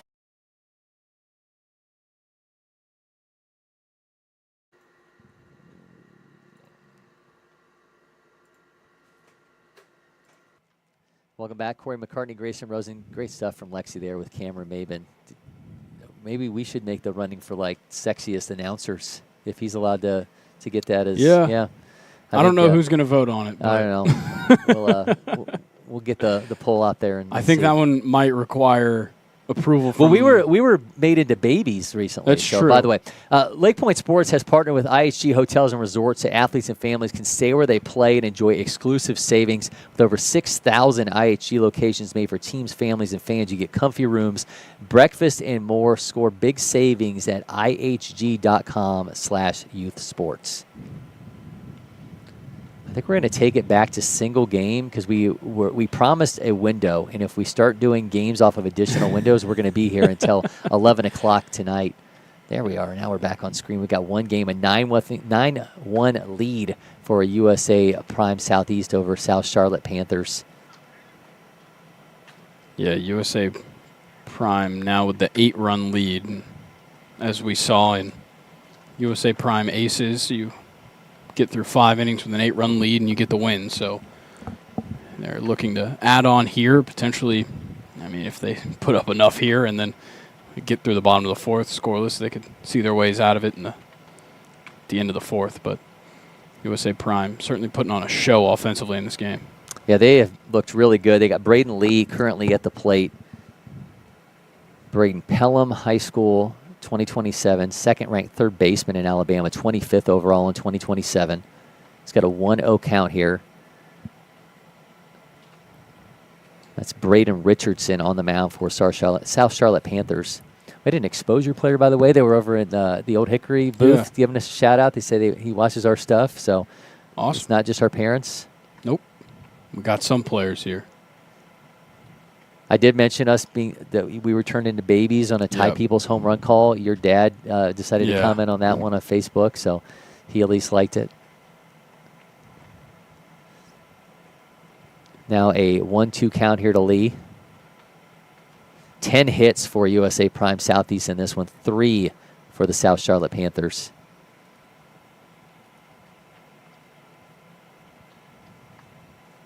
Oh, it's skied foul. He got hit straight up and gave us a misread on the exit velo because there's no way that was 20 miles an hour and go that high.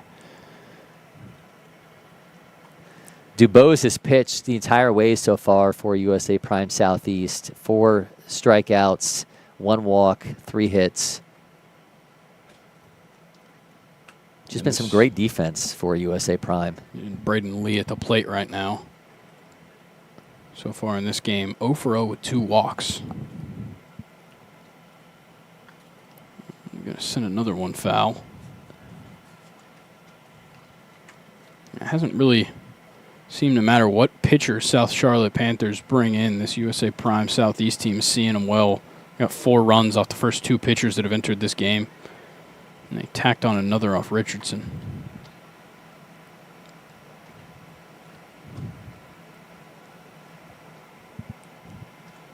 Late decision to swing there and fouls it off again. USA Prime with a player at the plate right now that was not on our initial roster. Votrube is his last name. Oh, I'm sorry. I'm looking at a different game. Yeah, I was about to say. I have way too much going on. Braden Lee. No, it is Braden Lee. So that's in the top tier game. I was like, God, this is a player I didn't have. So my extensive game notes getting the they best weren't of me extensive here. enough. No, I guess not. Well, Braden Lee is the number 25 player in Alabama. He is, yep. He's got a 1-2 count here. Mentioned that. Oh, runner takes off. Got him plenty of time, but ball gets away from the shortstop, so he'll be at second. Real close to having to strike him out, throw him out there for South Charlotte Panthers, but USA Prime Southeast will keep things rolling here now. Just 1 out, top of the 4th. You got a runner in scoring position as you bring, Christopher England Jr. to the plate. So they have Bryce English and Christopher England Jr.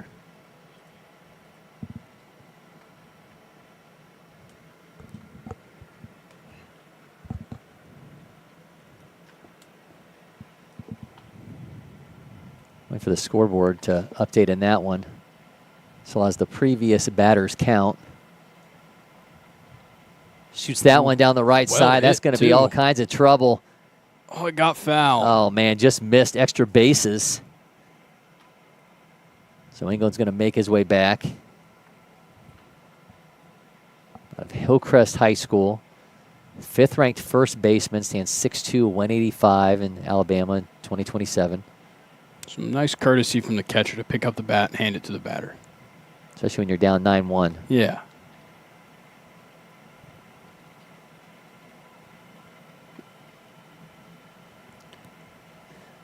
Not really sure what the question is here between our umpire and Christopher England, but they'll resume play.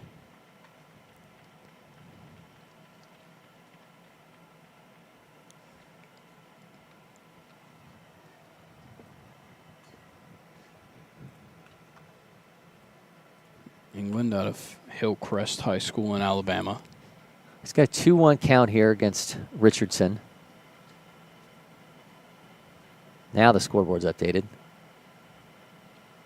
This is inside, makes that 3-1. 9 runs, on 10 hits for USA Prime Southeast. South Charlotte Panthers, 1 run on 3 hits. That 1 run coming a double off the bat of Jacob Seaman. Wow, hit hard on the ground. Yeah, sure is. 93.6. Here comes a 10th run for USA Prime Southeast. They have put the pressure on South Charlotte Panthers as England comes through with an RBI single. Shout out to our field umpire narrowly getting out of the way of that one. And then so did the shortstop. Yeah, so did the runner. His runner was near the shortstop's position and had to jump out of the way of it. And then it got past the shortstop's outreach glove and rolls out there into the outfield. But he almost hit it too hard to get extra bases there. That's why he had to stay there at first. It got to the center fielder so quickly. Adamant, Alabama's Cruz Canill is going to come in with 1 out. Canill's 0 for 1. Ooh. Oh, it smacks him right in the back. It's going to stay that way. So now it'll be runners at first and second. Time to go out there and just calm your guy down. Give him a second. So Seth Harden will come to the plate with runners at first and second. Harden, another Hillcrest 2027, 5'10", 170-pounder. Yeah, Hillcrest in the Tuscaloosa area. This USA Prime Southeast team has 9 players with state rankings.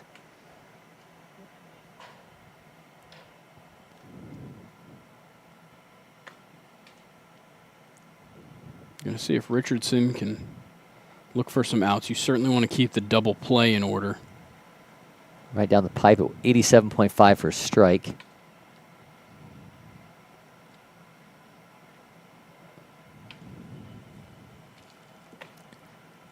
Well, it's been an exciting start to NPI and our watch parties.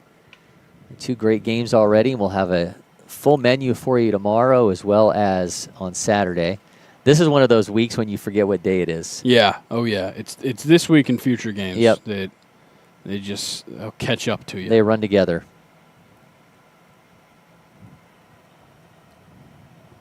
I mean, even that run of the national championships where it's just back to back to back. You almost, it's like, is this still 14? Is this 15? Is it 16? And then this year we get to cap it all off with the sophomore games. Yeah, we get a couple of days off after future games. We get to see everybody commit, and then all the sophomores get up here to kind of kickstart their year before they're ready to go at future games, potentially the following summer. 1-1 is the count now to Harden. He is 0 for 2. He's got runners at first and second. USA Prime Southeast up 10-1 here in the 4th. Make that count 3-1. So you think that was 2-1. You think college scouts are just going to kind of stay in town? Potentially, yeah. I mean, I know it's an early look because you won't be able to really talk to those guys until the following year, but so Braden Krenzel was a prep baseball All-American. He's now at Tennessee. His dad, Craig, as that one goes foul, was Ohio State's quarterback when they won the national championship in 2001. And talking to Craig down up in Milwaukee during the first prep baseball All-American game, he told me that they would just bring an RV down here and park it. That way they had a place to stay because they were here so much during the summertime. As opposed to making multiple trips down or having a different hotels, houses, they would just have an RV park down here. Yeah. So maybe like Tony Vitello and those guys all have like RVs that they can. There's an RV park nearby now in Cartersville. True. They could just go park there and they'd have a spot the whole time for their summers here at LakePoint Sports. I don't know if Vitello's staying with all of his guys. I think he can maybe get a hotel. Well, that's probably true. Well, I don't know. Bonuses were probably not paid out as much since they didn't make it to the College World Series. But if I had to guess, Tony Vitello's doing fine for himself. I'm sure he is. You'll see, if you come here during future games, I guarantee you will see Tony Vitello, but you will rarely see his phone away from his ear. Yeah, well, no, it's the AirPods. No, double AirPods, yeah. Double AirPods all around. But he's constantly on the phone. Yes. But I wonder if he's actually on the phone or if he's doing that so no one bothers him. I think it's a little bit of both. Yeah. I think it's, stay in contact with your other scouts that are wandering the premises, and obviously he's an SEC head coach. He's probably got people calling him pretty regularly. I'm sure, especially when he's on a scouting trip. But it is such a cool environment. Future Games is kind of like none other in that way, where it's just crawling with scouts from every school you can imagine, and some that you never even heard of. Yeah. 500 plus at last year's Future Games. And certainly the addition of the senior Future Games just heightened that, because then you had so many lower level schools that maybe didn't come here before because they thought, yeah, we're not going to get those kids to come play for us. But now you've got everything open, especially with the transfer portal and all that. You've got a crop of players now who can help people out at any level. And you're going to see so many coaches from those other schools outside of the Division I and Power 4 programs will be here to cap July. You see people congregating back there, probably more for shade than anything. I thought they were all in line for the Pharma box, which is now underneath the Scout Tower. You can get all your medical needs met there at a vending machine. I thought that's what they were all just in line. But they all have their backs turned to it, presumably to watch whatever's happening. Well, because that's like an Field ATM 11. machine. You don't want to like see what somebody else is purchasing. Fair. It's a personal purchase. On Field 11, you have USA Prime Scout versus East Cobb Astros Padres Scout team. I believe that is a stacked roster, if I'm remembering correctly. 3-1 count now.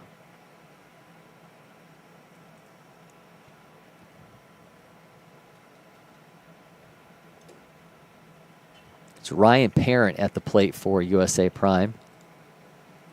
Parent at Daphne High School in Alabama, 13th ranked shortstop, 41st overall in 27. Stands 6'2", 165. He's hitless today. He's got a full count now. Oh, it is a stacked lineup for East Cobb Astros Padres Scout team. I believe that's Malachi Washington. It sure is, yeah. Spot. RJ Cope. Yep. Yeah, Martin Scheller in there, Bubba Coleman, Reeston Durham, Vernon Woodard, RJ Groomster. Wow, what a what a squad. And to top it all off, you got Braden LaQuasto on the mound. Swing and a miss, and that's going to bring an end to that half an inning. USA Prime leads 10-1 over South Charlotte Panthers. We'll be back with more from LakePoint Sports. Hot summer days call for cool adventures in Cartersville, Museum City. Beat the heat indoors with jaw-dropping exhibits at Telus Science Museum and the Savoy Automobile Museum. Hit the water at Terminus Wake Park, kayak the Etowah River, or head to Lake Allatoona for fishing, boating, and unbeatable lake days. When the sun sets, head downtown for live music, delicious eats, and local flavors. From family fun to date nights, summer memories start here. Plan your trip today at CartersvilleMuseumCity.com.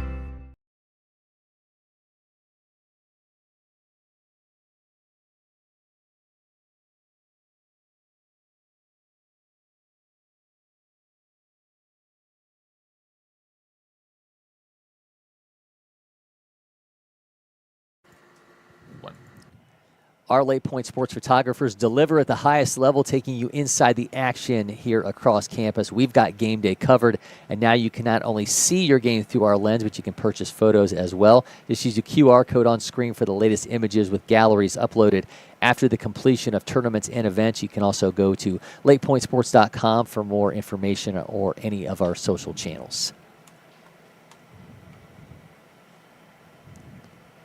We're back in studio now. Hit back to our game action on the multi-screen. We're getting ready to wrap up our matchup here between South Charlotte Panthers and USA Prime. Do we want to go multi-screen, or do we want to go back to USA Prime Southeast and South Charlotte Panthers? Let's just go back to our main game there, because we're doubled up on screen at the moment. So we're hit field 10 for our lone game action. There we are. By the way, that ad read, so I told Avery Hunt last week, I was watching the Padres game, and they said when you have a great ad read that you're supposed to like do the paper snap, and that's supposed to be like the bat flip for an announcer. I don't have paper, but I do have a mouse that clicks, so I hit my mouse click when we get a good ad read. I think the people can faintly hear that. Yeah, well, I can hear it, and that's all that matters. Yeah. 10-1 is the lead for USA Prime Southeast over South Charlotte Panthers. Let's see if they can fight their way back into this one. Time is running out on them as they're in danger of being run ruled, as this is it's currently a 9-run deficit in the bottom of the fourth. And during the break, we did some investigative work on what's going on at Field 12, and we kind of talked about who was in the lineup, but a stacked roster for that East Yeah, Sean Cobb. Dunlap's on that team as Yeah. well. Oh, yeah. You got Charlie Delp out of West Forsyth. He's the younger brother of Oscar Delp at Georgia, in case anybody was wondering. Christian Spivey currently at the plate for South Charlotte Panthers, top-ranked third baseman in South Carolina, 7th overall in the class. He's number 21 at the position nationally, 310 overall. Lexington High School. He's a 2023 junior future gamer. Got through at that time. Exit velos up to 101, bat speed up to 80. He's 0 for 1. Swing and a miss, and he'll go down on strikes as Dubose has been absolutely rolling. He's had some long layoffs as USA Prime scored 1 run in the first, 2 in the second, 3 in the third, and 3 in the fourth, but he continues on the mound for a team that has racked up 10 runs and 11 hits. Yeah, we are an hour 40 or so into this game, and Dubose has only gotten through 3.1 innings. It just doesn't seem right, but he's had a lot of time to wait around and see his offense get rolling. He's thrown 62 pitches now. Not that he hasn't been part of the offense. He's batting in the leadoff spot, and he's 2 for 3 with 2 RBIs, and he scored himself a run, too. So Have a day, young man. pretty solid day of work out there. I like the red shoes with the USA Prime outfit. Oh, yeah, good. that pops for sure. Big swing and a miss on the breaking ball. And that's Ryan Nichols playing shortstop for USA Prime. Ball on the field from another game. Get our counter going. See what Tanner Williams is going to do here to keep himself alive. 1-2 count, just 1 out here in the bottom of the 4th. Swing and a miss right there. Another nasty breaking ball. Going to get him on the drop third and get the force out at first. I'll make it 2 outs here in the bottom of the 4th. South Charlotte has a sizable lead to try to cut into here with about 24 minutes on the clock. We've been on air so long, I just got the low battery notification on my computer. I just got the same one.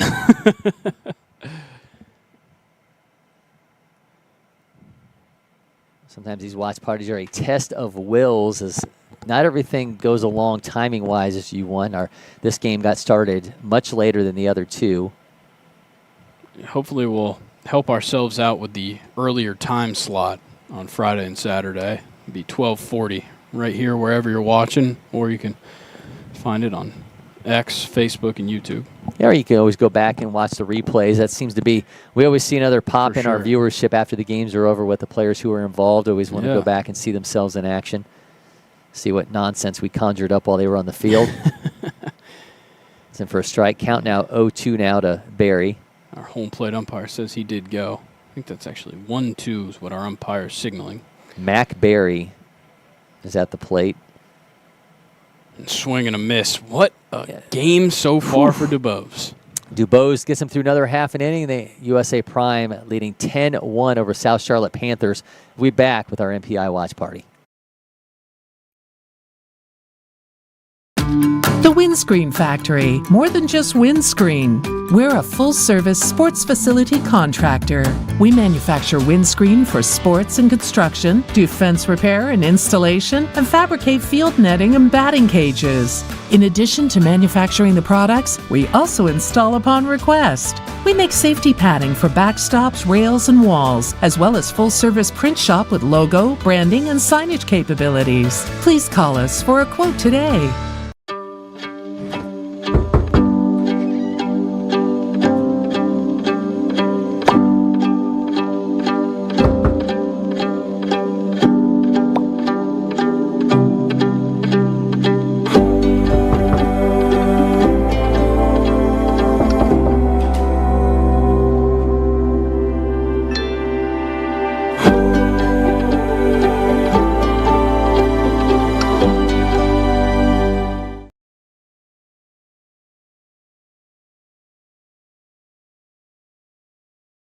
Hot summer days call for cool adventures in Cartersville, Museum City.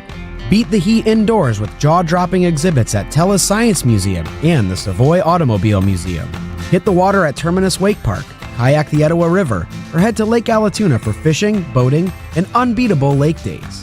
When the sun sets, head downtown for live music, delicious eats, and local flavors. From family fun to date nights, summer memories start here.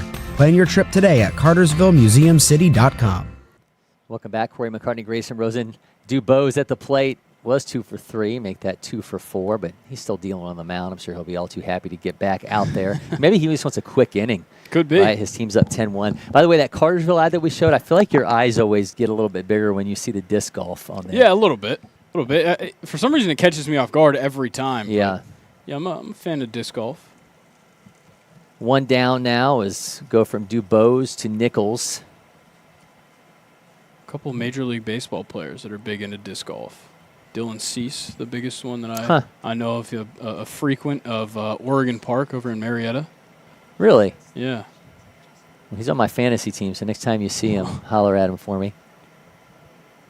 Ryan Nichols at the plate now, rocking those red shoes, the pinstripes. He's got a 1-2 count, misses inside. I think you maybe shouldn't have gotten out of the way of that one. Take yourself to first base for free. Another professional athlete that plays disc golf, Lauri Markkinen. He's from Finland. Huge disc golf culture in Finland. Huh. I was unaware. Yeah. Yeah.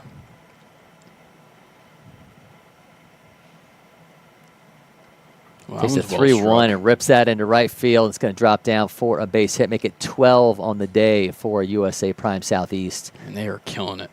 They are absolutely killing it. And it just doesn't stop. I mean, every part of this lineup is just rolling. This is now Peyton Rackard. He's 2 for 2 out of Hillcrest, 11th ranked shortstop in Alabama. I think you don't want no part of Hillcrest. They have they seem like large number of this USA Prime Southeast team.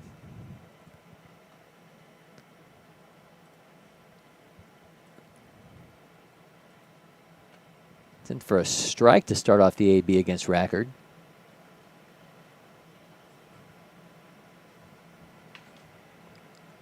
I know you're going to have some intel for us on Hillcrest. I'm going to try. Comes Richardson with the 0-1 to Rackard. He racks that one to the shortstop, flips the second for 1 out. And did they get him in time? They did. Rackard grounds into an inning-ending double play. South Charlotte Panthers going to be down to their last 3 outs as they trail by 9 runs going to the bottom of the 5th inning. We'll be back with more from the Baseball Village.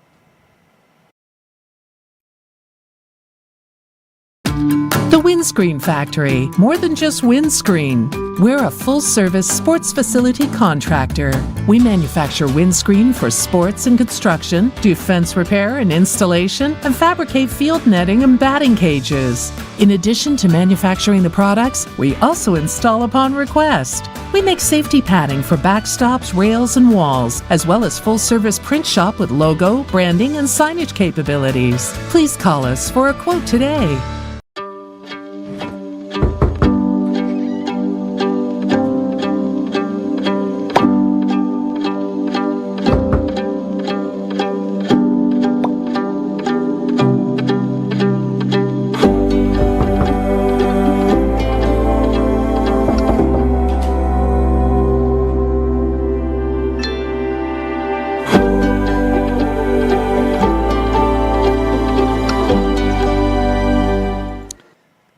Welcome back. South Charlotte Panthers trailing 10-1 as they get down to their last at bat here. Our pool play action from MPI. This is the culmination of our watch party on day 1. And Grayson, it's not about how you enter a game with rankings, the numbers of guys on your team that have big-time rankings. As we know, as there's Joe Odak from USA Scout stopping by. USA Prime has 9 players with state rankings. They are dwarfed by the South Charlotte Panthers team that has 21 players ranked in the state. Kyle Coletta now making an appearance. 4 these players have national rankings. This is just like a watch party with just so many cameos that are coming by. But the point I'm getting at here, USA Prime comes in with 21 players ranked in the state, 4 with national rankings. South Charlotte Panthers. They outweigh USA Prime in every category there, but you look at the scoreboard, and that didn't matter today. Yeah, and I think with USA Prime, first of all, the top of the lineup has just been huge for them. And also, it's not been a couple of big innings. 2 runs, 2 runs, 3 runs, 3 Yep. runs, and all of a sudden they've got 10. And that, I think, has been the key for them, is that it hasn't stopped. And so there has not been a moment for South Charlotte Panthers to be like, all right, we've got something going here. There just hasn't been that moment for them, and USA Prime just keeps taking advantage. Well, and Dylan Dubose has upped his national profile without question in this game. He has limited this South Charlotte Panthers lineup to 1 run on 3 hits, and he has just been mowing down batters and just looked absolutely fantastic in this game. So he is without question built up his profile. 7 strikeouts, 1 walk. That one goes foul. Count now 0-2 now. In the break, I got a little info on Hillcrest High School in Tuscaloosa. A couple of big-time athletes have come out of there. In the baseball world, probably the most notable being Tim Anderson, former White Sox shortstop, Marlin, now Angel. I guess a former Angel after getting DFA'd last week. Big strikeout right there on the outside half for Dubose, and he just keeps rolling. Yeah, 8 Ks now as he gets Diebler to go down on strikes to start off the inning. Also, Hillcrest can claim Brian Robinson Jr., running back for the Washington Commanders, had a breakout season last year. The team did. Robinson notably got shot before his rookie season started and came back, I believe, 4 weeks into the season. Jackson Myers now at the plate with 1 down.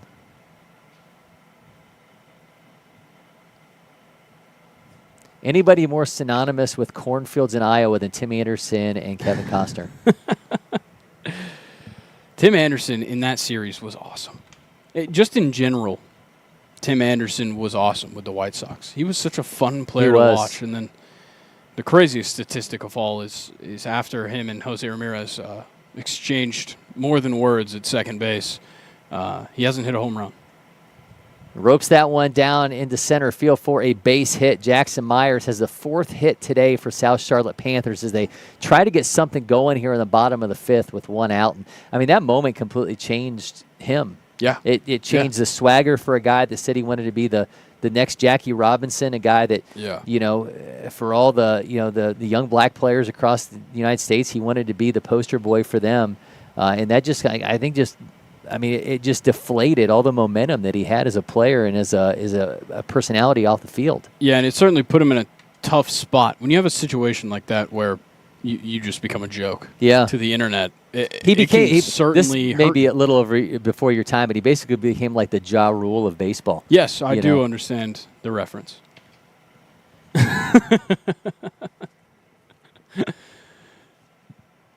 Got 1 down here. Hudgens at the plate now. Stephen Hudgens. See if he can keep this inning going for South Charlotte Panthers. Now got 2 strikes on him as Dubose eyeing strikeout number 9.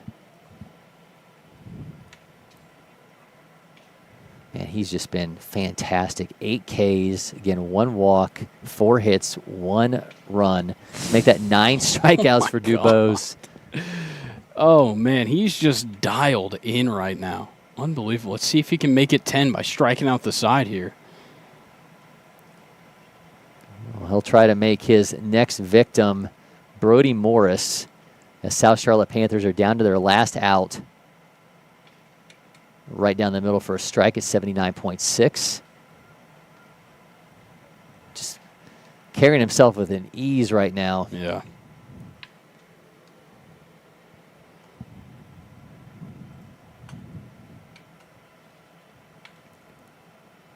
He's got an 0-1 count now against Morris. Trying to get his way to double-digit strikeouts, and they put a punctuation mark on this game. That's another strike. Man, he's dialed in right now with that breaking ball in particular. So he's had a lot of effectiveness now going to a slider that he's been getting guys to just come up empty on. Let's see if he goes to that pitch here. He's got an 0-2 count. One's going foul as a runner kind of slightly took off and took away our AI camera from behind home plate. See if they set up low again. There's the call.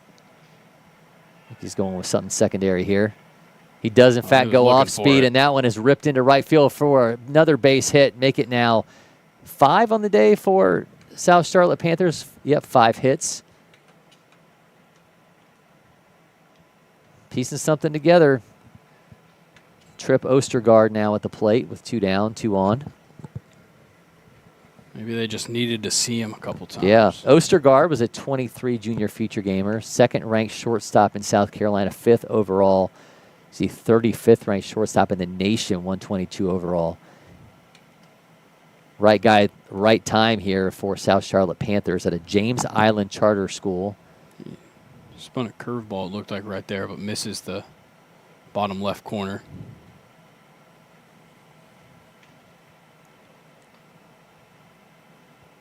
Ooh, another miss. Now count now 2-0. He's walked just 1 batter so far. Next pitch will be 84.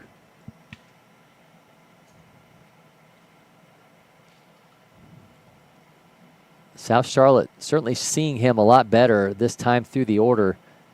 That's in for a strike. You certainly hate to see a guy not be able to complete an outing like he's had. Yeah. But Dubose, I think, trying to pen a fine finish here. He's got a 2-1 count. He's run into a little bit of trouble here in the bottom of the 5th. Allowed 2 hits so far, but he does have 2 strikeouts. Ostergaard is 0 for 2.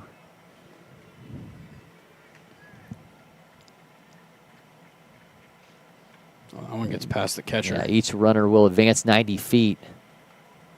Things just getting a little bit more stressful here. I almost feel like this would be a really good spot to go out and have a conversation with the pitcher. We'll see if catcher does. No, they will in fact dig back in and have a 3-1 count now against Ostergaard. See what he brings here on 3-1. Dribbler, shortstop has it, throws, speed on the base pass. Did they get him? They, in fact, did. USA Prime Southeast puts a punctuation mark on Dubose. Fantastic day. He was really good. 9 strikeouts. He allowed 5 hits. Just 1 run as they get a victory to open up pool play here in our watch party, the NPI. Yeah, that was a fantastic showing from USA Prime Southeast. We're going to take a quick break here in studio. We're going to wrap up our day and tell you all about what we've got coming on Friday and Saturday from our NPI coverage.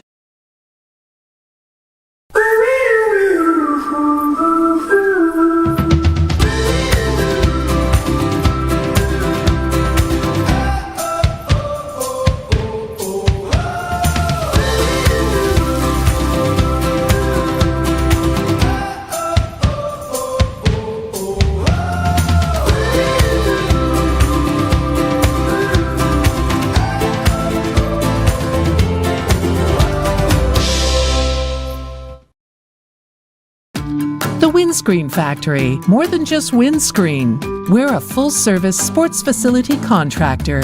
We manufacture windscreen for sports and construction, do fence repair and installation, and fabricate field netting and batting cages. In addition to manufacturing the products, we also install upon request. We make safety padding for backstops, rails, and walls, as well as full-service print shop with logo, branding, and signage capabilities. Please call us for a quote today. That's a wrap on day 1 of our marathon coverage here from the National Program Invitational. Watch party day number 1 is done. You can breathe now just a little bit. And then you got to hold it again tomorrow. I don't want to hear about that. So, all right, we will be back, by the way, tomorrow with more coverage of the National Program Invitational with coverage of the 12:40 p.m. window. Some great matchups for you. We've got Canes 17U NST versus Georgia Jackets 17U Nationals. That's Gino Goralski, who is here in studio today. Team Elite 17U versus San Diego Padres Scout Team. That's Jacob Lombard and Keon Johnson, who are here in studio. And Slammers Dummin 2026s versus White Sox Scout Team Slayton.